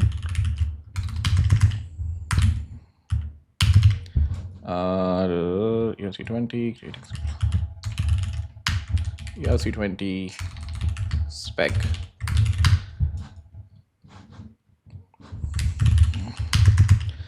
There is expected to be an approve function and an allowance function. Approve basically lets you approve someone else to debit your USDC, which is what we want. I want the contract to be able to debit my USDC. And hence I need to sign a transaction. The transaction, being this one right here. I've created a function called approve allowance that calls USDC.approve and selects max uint 256, which means maximum amount. I can also select 100 USDC if I want. I can select a smaller amount, but I want the contract should have access to all of my USDC. The contract should be able to debit USDC from my account. That is what this approve allowance function does. This is an on-chain function call, by which I mean you are doing something on the Ethereum blockchain, which means you need a Polygon on your account. So when you go to Polymarket, you'll see they've created a public key for you on Polygon. When you explore that, you will see your balance, which in my case, I have some USDC, but you need some Polygon as well, which I'm trying to get from Binance, but for some reason this failed. It took me like 30 minutes to get Polygon over here. Only when I have Polygon balance here will I be able to send that transaction on chain. That will allow the Polymarket contracts to debit money from my USDC account. Samajh aaya ye? I have money in this wallet right here. I own the private key of this wallet. No one can just take money from it. I need to allow the Polymarket contract to take money from it. You might ask, 𝗟𝗶හි𝗸𝘀, why do you don't have to do this on the UI? Because when I click a few buttons on the UI, these guys already have access to my private key in magic.link.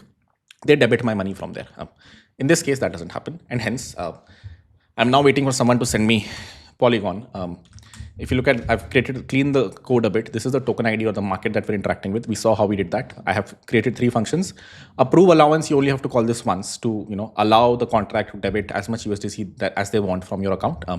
Then we can comment this. Then there's a create order function. I still haven't tested it because this function is not going through because I don't have native Polygon in my wallet. So if I run this monindex.ts, you will notice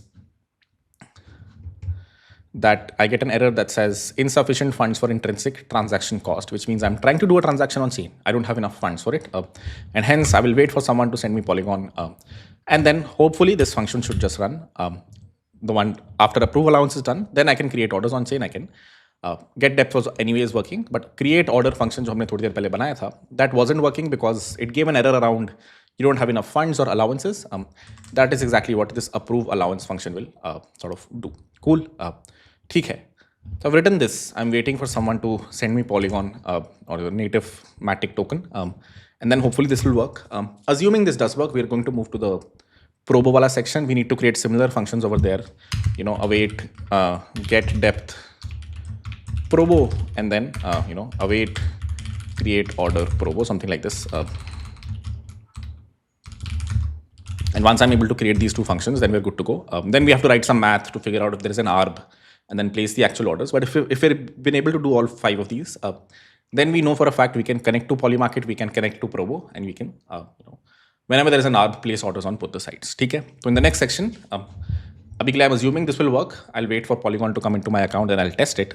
Meanwhile, I'm going to now spend some time, I'll comment these out for now. And I'm going to spend some time creating the get depth function on Probo and the create order function on Probo. Quick update before we get into Probo. We tried a second transaction, it failed again. I don't know if the Polygon chain is down or if Binance is being wonky right now, but we'll see how this goes. We'll not be able to test it very well until we get Polygon on my on-chain address over here. Moving on to the Probo reverse engineering.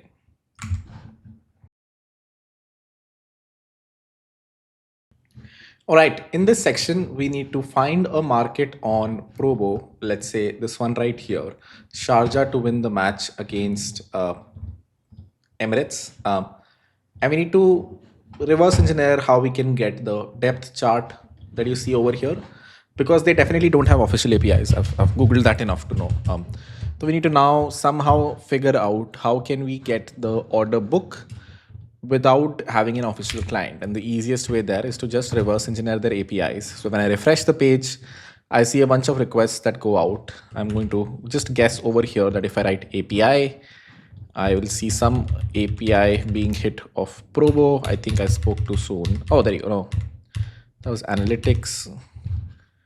API dot Probo. There we go. So API dot Probo slash best available prices. There are a bunch of requests that went out. Let's see all of them and their response primarily. This is probably just some config trade summaries, probably existing trades, order book details, order book config, trade feed. Yeah, it's just colors in which, it's basically the font configuration or the style configuration. Best available price returns a bunch of things, but I don't see the order book here. I see order book config. I do see order book as well. Buys. There we go. That was simple enough. There's a request which does require some level of authentication. So I'll just copy it as curl. Go to Postman.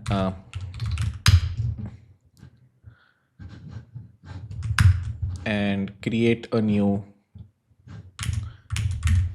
Try that one more time. Open Postman. Import a new request. Home. Team workspace. They've made this so complicated. Where do you import from?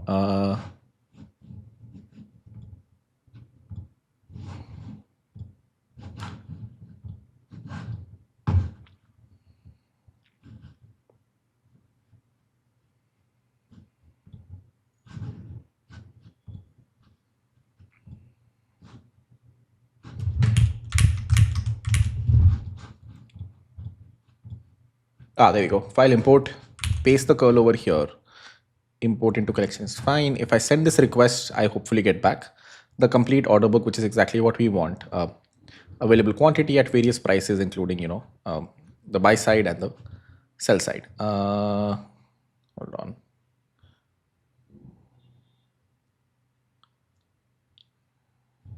There we go. It starts from 3 over here. It goes to 7.5 over here. The sum is 10.5. Perfect.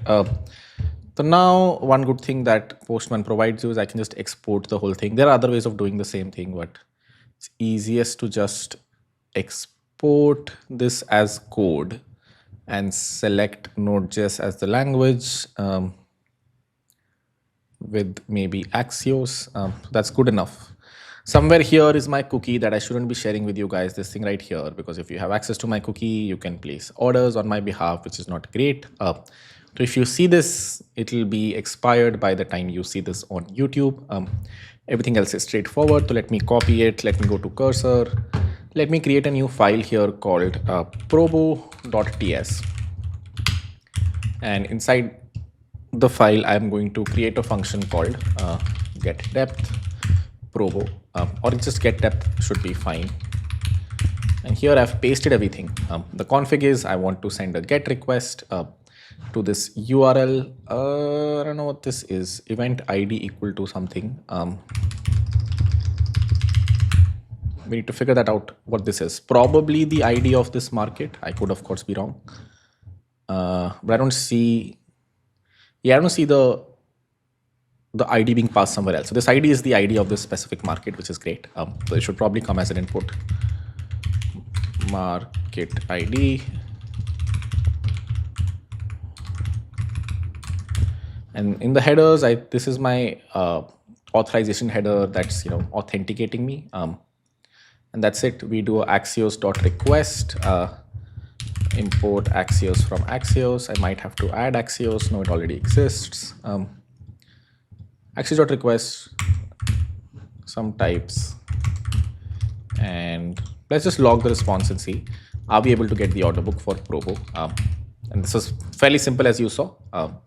Let me comment this in the main file, and let me import this, import get depth from Probo, await get depth of this ID, and that's it. We're already logging it. Bunindex.ts gives me a very big message. I need to see the exact order book, so that will probably be response.data.available_quantity, and that's it. If I run it again, I see, the buy side and the sell side. Cool. So we have the order book for Probo. We have the order book for polymarket. The functions are called get depth for polymarket and get depth for the other one. Market ID should not be hard coded here. This function is done. Now comes the second function, which will be, as you would guess it, create order. And here we need to figure out again, how do you create orders on Probo, which should be simple enough. 7.5 pay, there is a yes. Let me buy a very small quantity like 5. If I'm putting in 37.5, if I win, I make 50 rupees. Let me close this. Let me place an order, and you will see the request looks something like this. I'm going to copy it as curl. I'm going to paste it in Postman. I'm going to import it over here. By pasting the curl, I'm going to export it as code. I'm going to copy the code. I'm going to go to cursor, and I'm going to paste it. Simple enough. Now I need to just take a few inputs. For example, market ID, that will come as an input. Side should come as an input if it's buy or sell. So it should be either buy, which means you're trying to take the left side, or sell, that means you're trying to take the other side.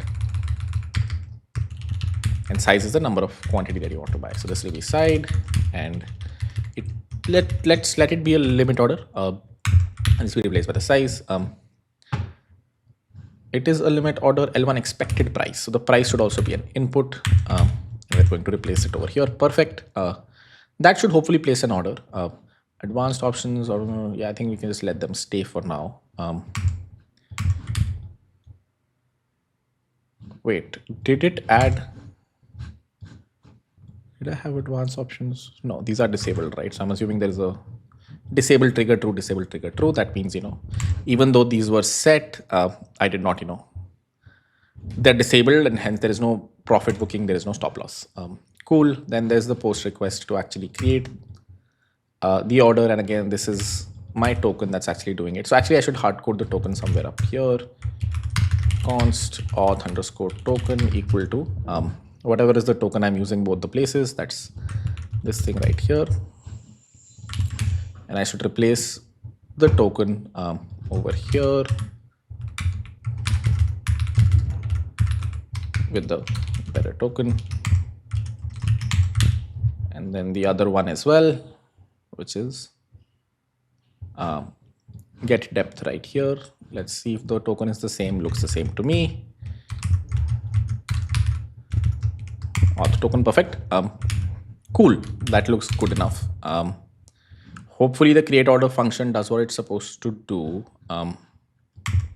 Let's just log the response here as well. And let's see, does the create order function work as expected? I right now have 5 quantities that I bought over here. I cannot track them anywhere here, which is weird. I can go to my portfolio, and this is my Sharjah event. I have 1 order placed right now.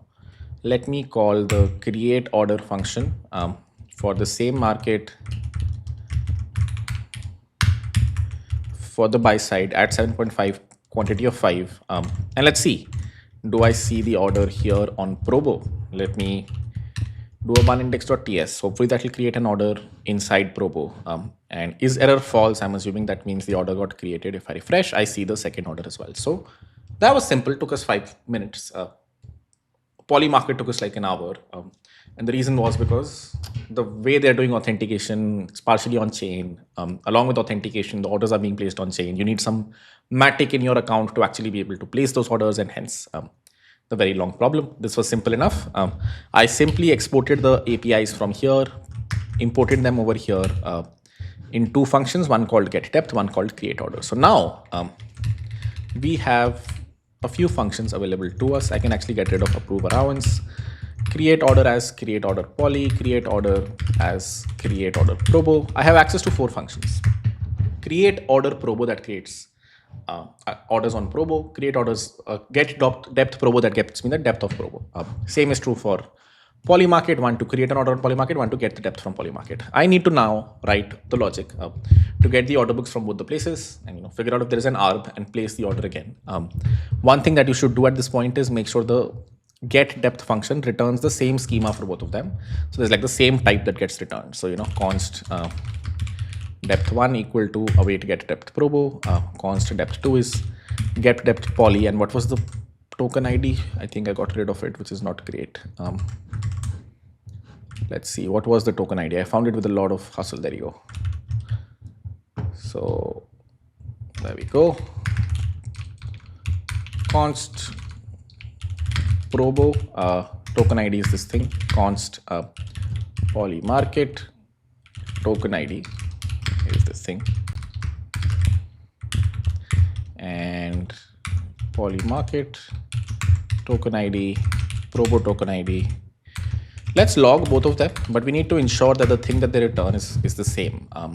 So we'll create a new file here called types.ts, where I'm going to define a depth type. So export interface depth, and it'll have 2 things, buy side, which will be price or number, number and sell number, and this will be an array. It will be an array. Will it be an array? Something like this. Can we make it better? No, I think this is fine. Do you understand this type? It's basically means the depth is going to have 2 things, the buy side and the sell side. And the buy side will be a bunch of key value pairs. At 0.5, these many are available. At 47 cents, these many are available. At 50 cents, these many are available, so on and so forth. You have the buy side and the sell side. And this is the exact format in which we need to return things. Also, they're in decimals from time to time. So let's make this a string combo. Let's not use numbers at all, because we do get decimals. You don't want to deal with decimals generally when it comes to code. So let's go back over here. We need to change the type of the get depth function to return a promise of depth. It should not return something random. It should return a promise of depth, which it doesn't right now. So let me quickly return a new promise from here. Inside this, we're going to write all the logic, and eventually at this point, I need to resolve something. Now, will it be this or will it be something else is a different question.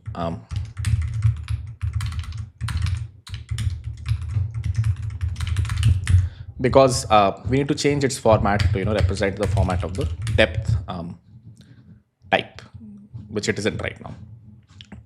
Same is true for polymarket. So if I go to polymarket, if I look at the get depth function somewhere here, this looks cleaner, but again, I need to change the response. So it's returning the response for now. Let's log both the responses and change their format.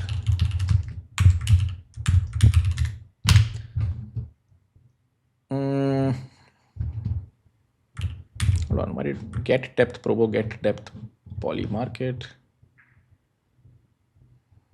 Somewhere here. One thing I probably forgot to mention was I added a bunch of RPC logic here, because when you're interacting on chain, you need to interact with an RPC. That's exactly what's happening here. I'll explain more when we get back into Probo. We get back into polymarket. But okay, buy side, which already looks like a good key value pair. Sell side, which looks like a key value pair. For this, bids, which look like this, and ask that look like this. So let's clean the first one first. If I go to get depth Probo, it returns something very close to what we want. buy with a bunch of things, sell with a bunch of things. The only thing is the thing on the right is a number and not a string, which is mostly fine, I guess. So we can just resolve this as such. Actually, let's make it a little better. Resolve an array, sorry, a type which has a buy and a sell. That's what the type expected, right? A buy and a sell, and this will be dot buy dot sell. A little bit of a difference. Maybe we don't have to worry about it. But the difference is, okay, we're getting a number on the right and not a string. If you see over here, the thing that we get on the right is a number and not a string. It's not a problem right now, but it's just too complicated of a logic to look at, which is why I'm avoiding it. But chalo, let's still do it. God damn it, it'll be like a little hard. Let book equal to an empty buy, which is an empty array, and sell, which is an empty array, and then object.keys response for each dot buy for each, sell for each, book of key of buy, book of sell. That looks perfect. Resolve book. Thank you, AI. Only thing is type, because string can't be used to index. Dot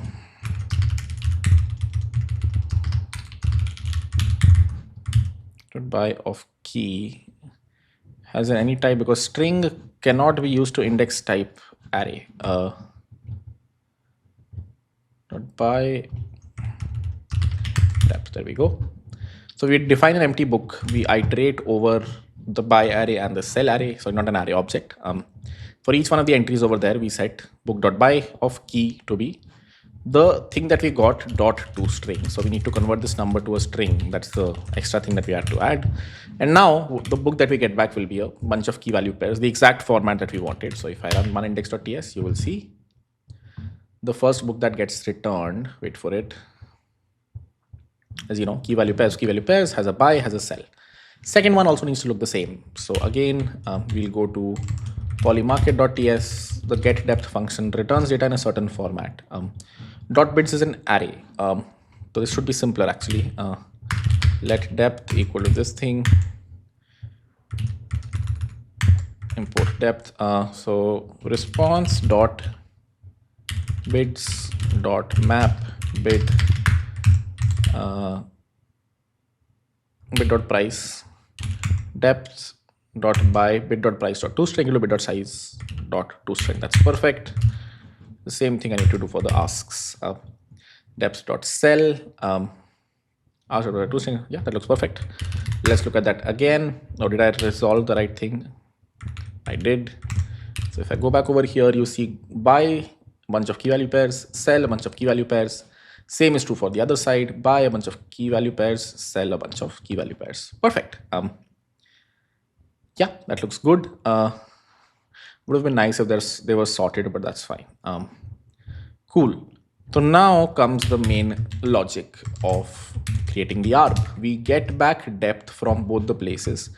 Get depth Probo returns you the depth on Probo. Get depth poly returns you the depth on poly or poly market. Given this information and assuming these are the same markets, now comes the difficult part of first deciding the arb. It would have been very easy if these weren't different currencies, but since these are like different currencies, we need to do some currency conversion to figure out if we're in a delta neutral position by the end of it or not. Ideal way to do this is to write tests because we can't really test this on a real market. So I'll create another function. Given you have the depths, function find and exec arb. How did it know? I did not even, oh god, yes, too good. Cool, it'll take the two depths from two different markets. And it assumes market on depth 1 is in INR, depth 2 is in dollars, and it needs to do the logic of finding the arb if there is the arb, then executing orders in both the exchanges, hopefully together. Alrighty, now comes the last section. Given you have depth 1 on Probo, depth 2 on polymarket, given polymarket returns you data in USDC, so this is 0.99 dollars, 0.75 cents, 74 cents or 0.74 dollars, 91 cents or 0.91 dollars. Same is true here.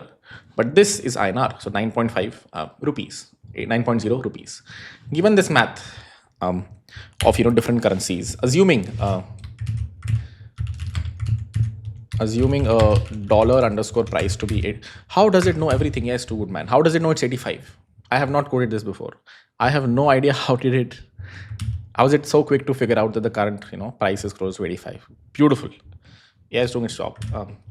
Cool. We need to write this function and probably write tests for it to make sure it is actually executing orders when it should. So let's get into the last section. We need to figure out if there is, and let's also write this const expected underscore arb equal to 5. That means only if there's a 5% arbitrage between both the markets, then only should you execute the orders, else don't execute the orders.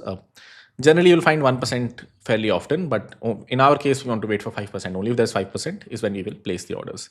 Now comes, probably a good interview question or a DSA problem of figuring out arb. And given these two depth charts, figuring out the arb and trying to execute an order if an arb exists. Let's get into that next. All right, this will be a little hard to digest, guys, but bear with me for a second. Let's say these two markets were the same. They aren't. This is for Sharjah versus Emirates. This is for, some Thunder versus Nuggets. So they're different games. You wouldn't do that for different games ever. You do it for the same game because the final outcome will be the same for both the games. The one team will either win or lose. You'll never do this across markets. Just for an example for now, this is a market where you can buy Thunder ka stock for 74 cents. That means if Thunder wins, the 74 cents will go up to $1. This is another market where you can buy the, let's say the other side, which is this one, for let's say 7 rupees, not dollars, rupees, and it will go up to 10 rupees by the end of it. So you might think, okay, hey, let me buy one quantity here. Let's say their sum is less than 10. It isn't, in this case, 74 plus 7, or 7.4 plus 7 is 14. So you would never, this is not an arb. If this was 20 over here, then you could buy one stock for 7 rupees, one for 20 cents, and, hope for an arb in the middle. Itni math to samajh aa rahi hai na कि this number plus this number divided by 10. If their sum is less than 10, that means there's an arb that exists. Why? Because if you're able to buy this stock for 7 rupees, this is the other side ka stock. This is Delhi winning, this is Kolkata winning. This is Delhi winning, and if I select, the other market over here, it says trade Thunder. If I select the other one, money line. So if I select Nugget, I see the other market as well where I can, buy for 39 cents. So on either one of these, you can buy for either of the stock. You can either buy Thunder will win or you can buy Nuggets will win. If you select Thunder over here, that means you have to select the other market over here. Thunder right now is available for 74 cents. Oopsie daisy, god damn it.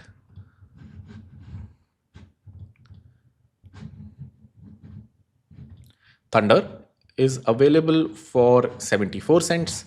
And the other side, assume these are the same market, then Nuggets is available for 7 rupees right now. So if you buy this at 7 and Nugget ends up winning, you'll make 10 rupees over here. If there was an ARB, which means let's say this was available for 20 cents, then there is an ARB. This is available for 7 rupees. This is available for 20 cents. If you add 7 plus 20 divided by 10, that's 7 plus 2, that's 9. 9 is less than 10. That means there's a 10% arbitrage here. Then you could have bought one stock of this. 7 se ye 10 rupees pe jayega. If Nugget wins, you could have bought one stock of this. Assuming this is 20, there is an ARB. This is 74 right now. Assuming there was an ARB, then you could have bought this for 20 cents and would have gone up to $1 if it won. This side won, whatever this was. Thunder won. If Thunder wins, you win over here, lose over here. If Nuggets won, you win over here, you lose over here. Either way, since there is a 10% ARB, you will make 10% of the money. But the quantities that you have to buy are going to change. You can't buy one quantity over here and one quantity over here because the currencies are different. If you spend 7 rupees over here and you spend 74 cents over here, that's like some 60 rupees. So of course, by logic, you can realize that if this team loses, you lose 60 rupees over here. 3 rupees is not going to cover that. If you buy this for 7 rupees and you buy this for 74 cents, then if this bet ends up losing, you will lose 74 cents. You will make 3 rupees over here. Then will go up to 10. But 74 cents in itself is, 60 rupees, 70 rupees. So there's no way you make money. You have to make sure Okay, both the currencies are the same. Either you are looking at dollar on both the sides, or you're looking at rupees on both the sides. Based on that, the quantity would change. If you're buying one stock of this, you will not buy one stock of this. You'll buy some, 8 stocks, 9 stocks, so that the final amount is, comparable. So you'll multiply this by 85 or 8.5. Some multiplier you multiply this by, it will be 8.5 if I'm not wrong. If the dollar price is 85, then you have to multiply this by 8.5. For every one stock that you buy over here, you have to buy 8.5 stocks of this. Let's do the math. Let me take a screenshot of this. Put it in Excel at all. Let me take a screenshot of this. Put it in Excel at all.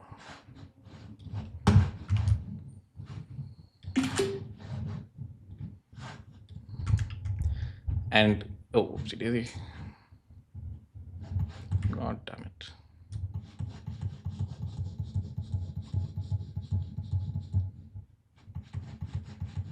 Wait for it. Yeah, it's completely lost. We'll do it one more time. Take a screenshot of this. Paste it over here. Take a screenshot of the other one.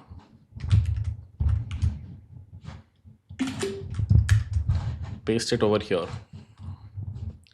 And again, a big assumption here, this is available for 20 cents and not for 74.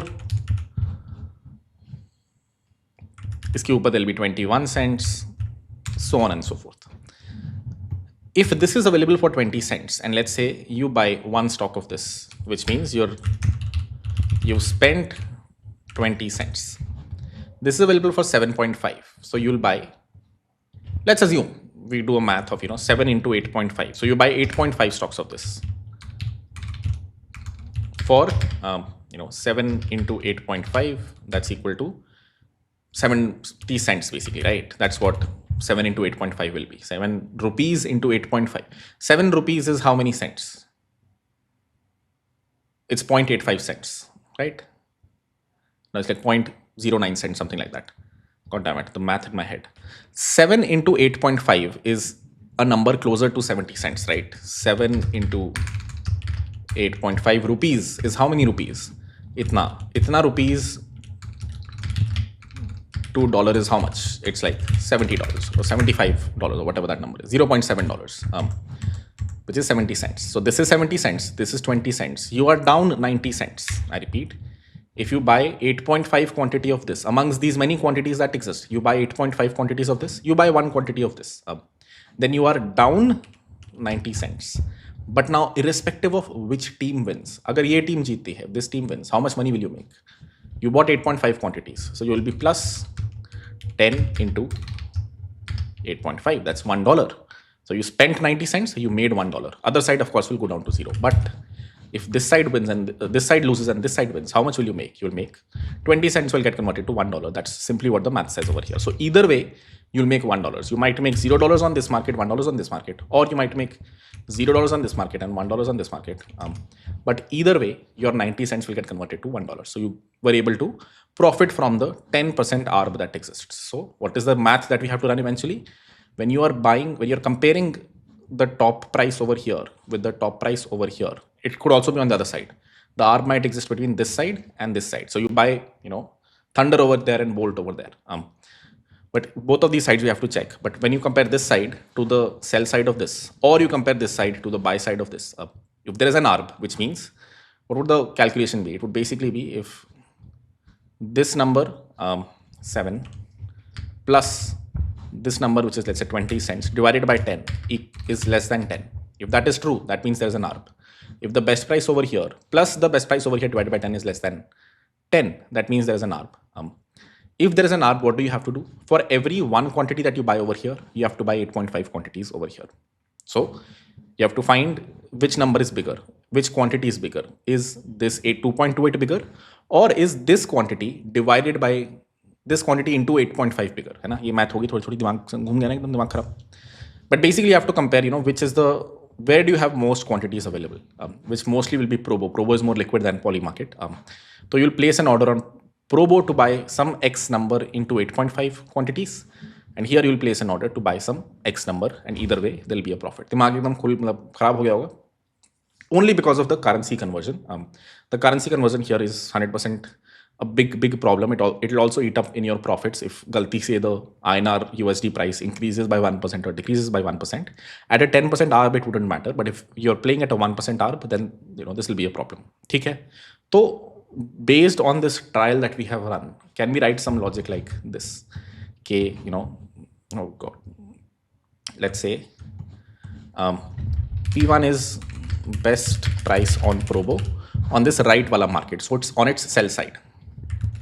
P2 is best price on polymarket, which is the best price of the upar wala book, not the other book that exists when you click on this button.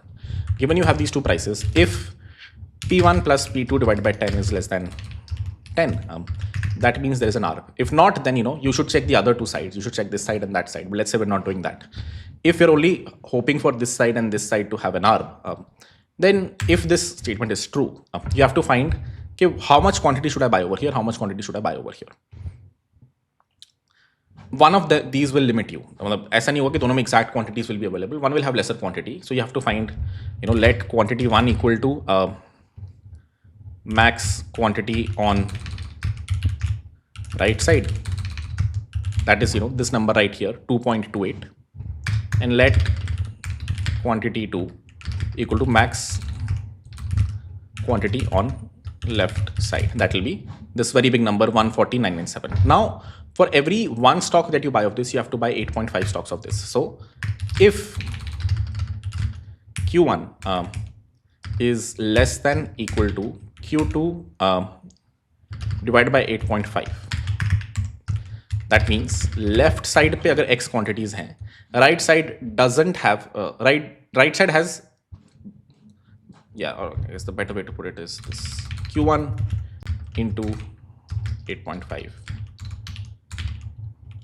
If Q1 into 8.5 is less than equal to Q2, मतलब यहाँ पे जितनी quantities available हैं, उसको अगर आप 8.5 से multiply कर दो, every one quantity by here, I mean, this multiplication will be on either of the sides. I'm now trying to figure out which one.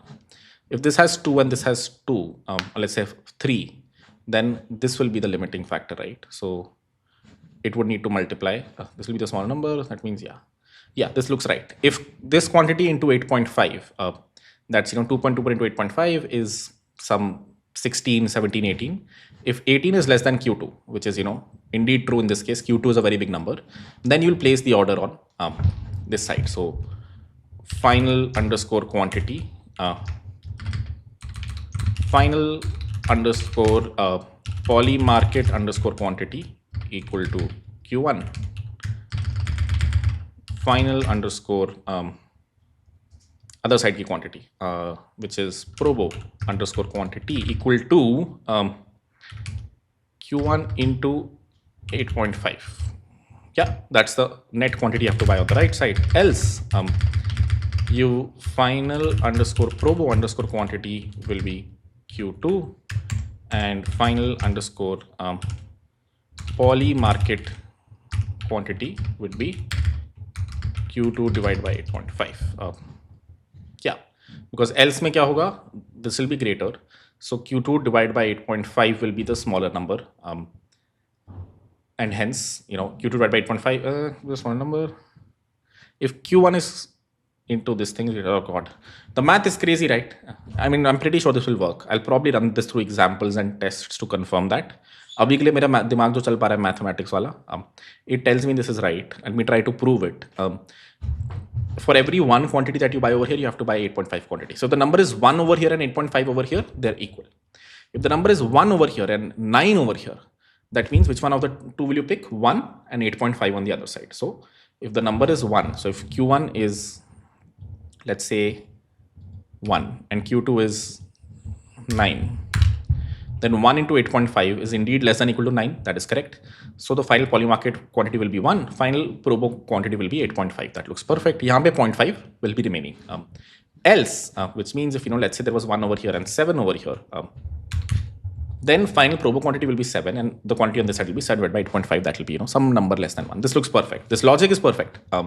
We just need to now write this in code and then eventually just create the orders. So create Probo order for, final underscore Probo underscore quantity, and then create a polymarket order for final underscore polymarket underscore quantity. Of course, the price will be the best price on this side and the best price on that side. That will be 20 cents for polymarket and 7 rupees for the other one. Let's see if this works. This is, I just wanted to see if I can give this image to ChatGPT and it can code it for me. Probably won't be able to, might be able to actually. But let's just do it ourselves. I've already written the pseudocode. So let's open cursor. Let's try to convert the pseudocode into real code. So there is depth 1 and depth 2. Const P1, that's the best price on the first book, would be assuming there'll be two such functions. One will take buy sell, other will take the buy on the other side, sell on the other side. So let's say the first one. We'll say let P1, which is the best price on the right side. So the best price on polymarket would be, let me call this depth Probo. Let me call this depth poly. Would be depth poly dot bids is not an array though. Yeah, so dot bids object dot keys of depth poly dot bids. Sorry, not bids, dot buy. Dot map number, that means convert it into a number, sort them from, I'm assuming this is the right order, sort all the prices, and the best price would be the lowest price over here. Same thing over here. So dot sort dot first or dot pop, one of these two. Let's just try to see actually. Let's print P1 and P2. Console.log P1, console.log P2, and this should be called depth Probo. All right, let's see is P1 and P2 the best price, and this will be sell. So we were selecting, yeah, buy on polymarket, sell on Probo. Let's run this code.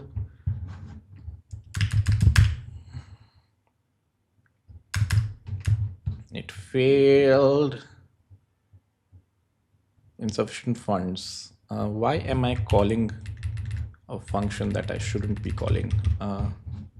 Create order, get depth Probo, get depth poly.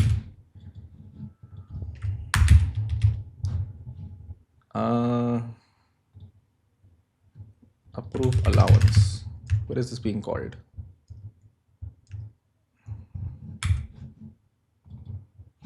It's not being called anywhere. Why is? Run it again. I am running some Probo function, sorry, polymarket functions I shouldn't. That is what is causing it. But where am I calling those functions? What I'm missing. We'll do a bunch of commenting to see where exactly that happens.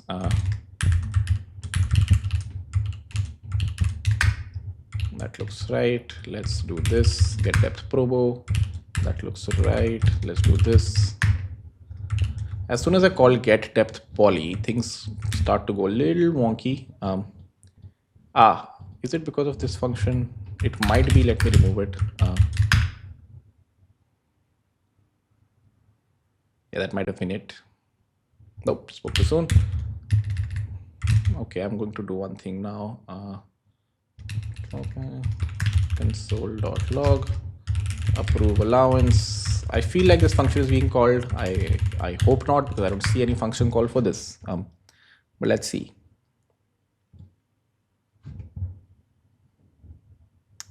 I think I know what it is. I am importing things from approve allowances, which probably has a main function that is being called that I need to comment. All right, beautiful. So what was happening was I was importing this file, which has a main function that gets called that actually executes something we don't want to execute. I removed that and now it should be fine. All right, but nothing is getting logged. That's because I never called the find and execute API function or ARP function. Let's do that. 0.6, 9.5. All right. I also should print both the depths. So console.log depth, and also we should also filter this on one thing. Okay, the poly filter P depth poly dot depth poly dot by of P is greater than 0. We're only worried about things that are greater than 0. If they're less than 0, we don't care. Let's convert that number of this thing is greater than 0, and the same thing is true here, greater than 0. All right, let's try that one more time. This time, if you look at the buys, what is the best buy price? No, sorry, this is Probo. Probo ka we need to look at the sell side. The best sell side price is 0.74. Here, the best buy price is 6.0. So it should give me 6.0 and 7.4. It gives me 0.6 and 9.5. It gives me 0.6, which is the worst one over here, and 9.5, which is the worst one over here. So what do we need to do? We just need to sort them correctly. So this will be B minus A. This will be B minus A. I think they were sorted correctly. I was popping from the end. I should have picked the first one, but that's fine. 0.001 and 0.5. Polyka sell side 0.5, 0.5 is 0 over here. Number of depths Probo of cell dot P is greater than 0. That looks better. Try it one more time. 0.01, 4.5. So for Probo, the best price should have been, should pick the sell side for Probo, right? So that should be 0.74. Why is it not picking the, oh, I am printing them incorrectly. Best price on Probo, right? P1 is the best price on Probo. So P1 should be this and P2 should be this. Yep. Let's try that one more time. So now Probo ka best price is giving me as 5. Probo ki sell side pe the best price is 0.74. Probo ki sell side pe, oh, I'm printing them incorrectly. Do it one more time. This is Probo ki sell side. Here the best price is 5.0 and that's what gets printed over here. Polymarket ki buy side mein the best price, buy side, no sorry, sell side, right? Iski sell side mein the best price should be 0.74. Am I not picking the sell side for poly? I am. Probo ka sell side, iska buy side. No, that is fine. Iska buy side looks like this. Hold on, 0.6, 0.57. One second. Let's look at polymarket. 657, 657. Yeah, I have to look at the sell side on both the places. My bad. I have to look at the sell price on both the places because both the places we are buying the stock, we're not selling it. So we have to look at the sell market in both the places. All right. Run it one more time, and this time I see 5 and 0.74. That looks perfect. So we got the best price on Probo. P1 best price on polymarket. P2, this one will be, at least right now it was 5, and this one right now was 0.74 because this is in cents. Dollars. If P1 plus P2 divided by 10, best price on Probo. If P1, which is best price on Probo, plus P2 into 10 hoga bhai. 7.4, yeah, into 10 hoga. Is less than 10. Or minus 10 actually. Minus 10 is greater than equal to expected ARB. That means an ARB is found. So if P1 plus P2 into 10, which it gives me some errors because these are numbers. No, it's assume this exists. Assume this exists. If P1 plus P2 into 10 minus 10, so P1 would be 5 plus P2 into 10, that's 7.4. If it's minus 10, that's, in this case, it'll be, hold on, is less than equal to expected arb. Yeah, if the expected arb is 5%, or let's say 10%, so divided by 10 over here. Yeah, I know I'm learning a lot of math and not explaining it really well. I will very soon. I think, but tests will be the only way to test this very well. This is a lot of math that you have to understand yourself. So P1 this will be 10. If it is 10, then you're good. If it is less than 10, then there's an arb, and the arb percentage. So let's just do this. Arb underscore percent equal to let's say 5%. So in this case, it should be less than equal to this divided by 10. Now expected arb divided by 10. Yeah, perfect.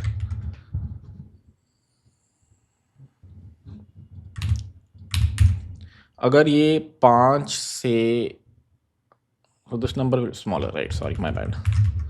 If 10 minus this thing, तो पहली चीज तो है if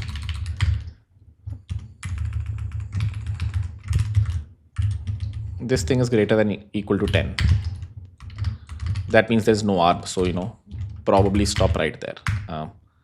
Return no arb found.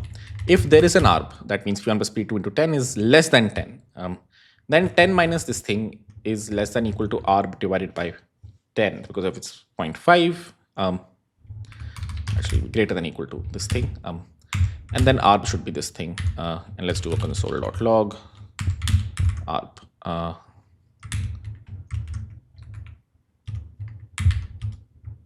Yeah.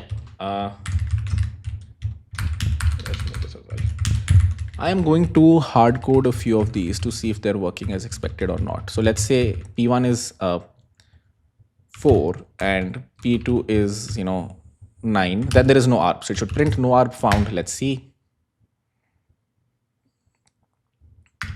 It says no arb found. But if P1 is 4 and P2 is 0.9, there should still be no arb. But if it is 0.2, then 4 plus 2 is 6. So that should be, there should be an arb. Arb found. 0.4, there should be an arb. Arb found. 0.6, there shouldn't be an arb. No arb found. 0.55, there should be an arb. Arb found. 0.56, there shouldn't be an arb, because now the arb is less than 5%. It's 4%. So there shouldn't be an arb, and that's exactly what happens. Does it though? Oh, okay. Else arb found but is not enough. In this case, that should be printed. Arb found, but that's not enough. Perfect. So we've been able to get through the if condition that I wrote a while back. Now, oopsie daisy. P1 and P2 are correct. We have reached the if statement. Now we need to write the logic inside, figure out the quantities. So let Q1 equal to depth probo dot cell of P1 dot price, Q2 equal to depth poly dot cell of Q2 dot price, P dot price. Perfect. And given we have Q1 and Q2, what was the logic? Again, this is me just reading it out. I've written this a while back. Now I just trusting the logic that I wrote a while back. Into 8.5 is less, or 8.5 would be USD underscore price. What was the variable that we created? It was called dollar price. So the dollar price divided by 10 is less than equal to Q2. Then we do something else. We write something else. So let final underscore polymarket underscore quantity equal to 0. Let final underscore probo quantity equal to 0. If this thing is less than equal to Q2, let's convert everything to a number here. Then what do you have to say? Final polymarket quantity would be Q1. That looks wrong. Q1 is matched on the right side. What was the right side? That was, it was indeed that. P2 best price on Probo, sorry, P1 best price on Probo. Q1 should be best price on right side. That is wrong. Oh God, I swapped the variables very bad. Like P1 and Q1 mean different things. So ideally this should be Q2 and this should be Q1. Oh god, that would change everything though. Let's change P1 and P2, shall we? They're not being used anymore. So P1 को भाई मैं दूसरा रखूँगा and P2 will be different one. So P1 is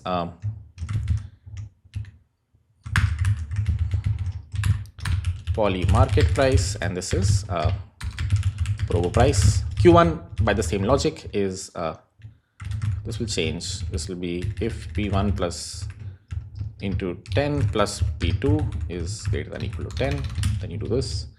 This will also be P1 into 10 plus P2. Yeah, that looks fine.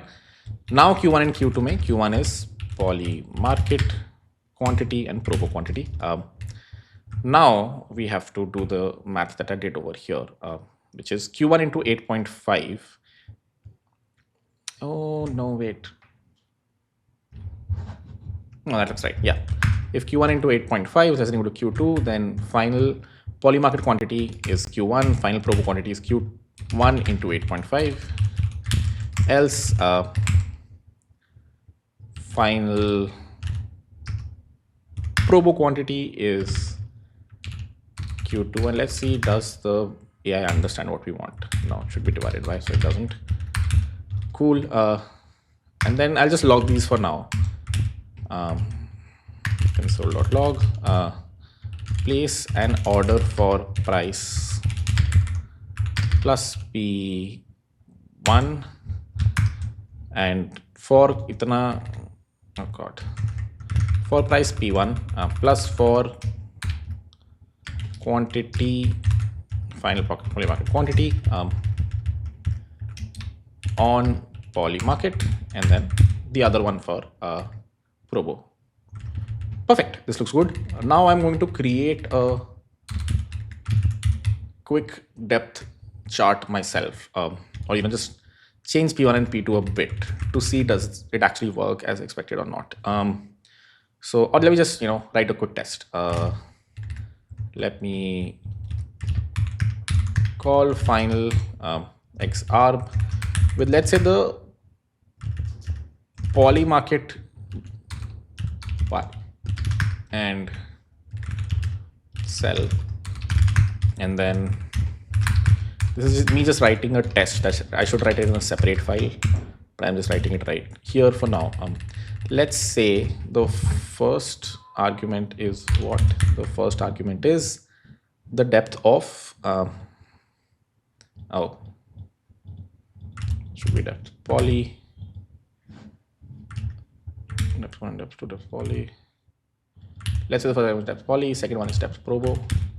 So polymarket should have something like this: 0.74, 100, and let me just write the same thing on the other side.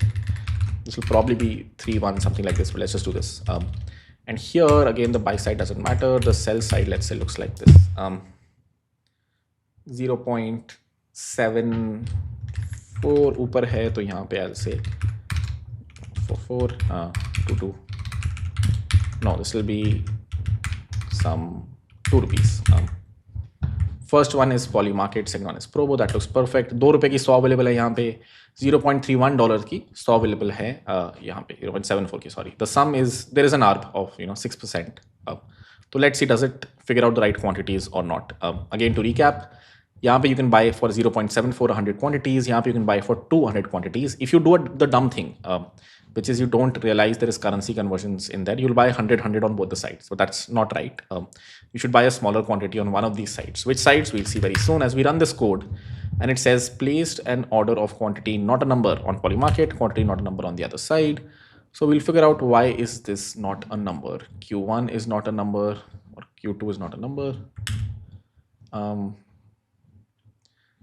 Depth Probo. So first one is poly, second one is Probo. That's my bad. That's why you write tests. Run it again, and this time it says Probo ke 100 खाए गए. I ate 100 quantities on Probo and only 11.76 on polymarket. That looks perfect. That's exactly what it should have been. But if, let's say, Probo has too many stocks available, so Probo was this one right here. Now we should pick probably 100 stocks on polymarket and lesser on Probo. 100 on polymarket, 850 on Probo. That looks perfect. Let's say this was a real market, this order got placed. So how much money did we spend? We spent $74 over here. We spent 850 into 2 rupees over here. That's $10 into 2 rupees. So $20 over here. We spent $74 here. We spent $20 over here. That's $94 that we spent, and 100% we will make. If this guy wins, this $0.754 will go to $1. I'll make 1 into 100 rupees. If this guy wins, this 2 rupees will go up to 10 rupees, and I'll make 10 rupees into 850 rupees. That's 10 rupees into $10. That's $100. So either way, I make money. Was this clear? Yeah, upar se gaya. We should write tests for this, which, I'll create a file. You guys should write it, or you'll find it on GitHub. It's 5. I have a meeting to go to now. Index.test.ts. Write a bunch of tests over here. You have a starting point for this one. You know the expected quantity and everything over here. Expected arb, things like these. So try to finish this function. Again, this isn't complete. There is another side that you should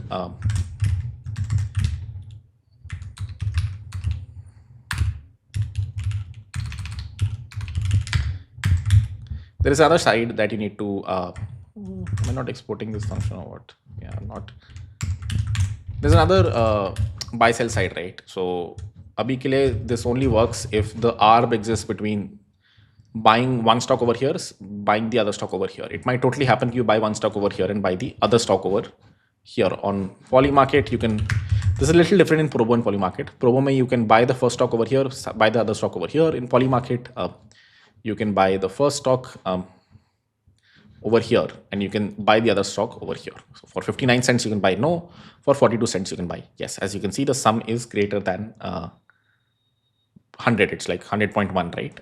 And that's exactly what's 101. That's exactly what you would expect in any order book. If you look at the sum over here, the sum is 10.5. That's more than 10. Code quick recap. We have written. We have not yet called the create order function. We can. That's the only thing that's left. I'm logging things right now. I'm not actually calling create order. That is something we should do over here. I'm not, because I don't want to place more orders on Probo. And anyways, these markets are different, right? This market and this market are in the same market. So I'll end up placing orders on different markets that don't correlate with each other. But yeah, that said, you have a create order function here that you can eventually call. You have a get depth function here. The biggest challenge here was, given the two depths, depth Probo and depth poly, how can you get the depths in a function and figure out if there is an arb? And if there is an arb, for now, log that you need to place the right orders for the right quantities. And if there is no arb, then just print, arb is not enough, arb is not enough. So this function, ke end mein, if you just call the create order function, you will place actual orders on the respective books, provided they didn't get sniped by someone else. And that is how you would close the arb. Cool. The math, I would say don't go through this logic. I would say either write your own or go through the pseudo code that I wrote over here, where I tried to figure out the math from first principles. The only reason the math is so messed up is because the currencies are different on both the platforms. If the currencies were the same, then you don't need to find a different quantity 1 and quantity 2. You need to buy the same quantities on both the sides.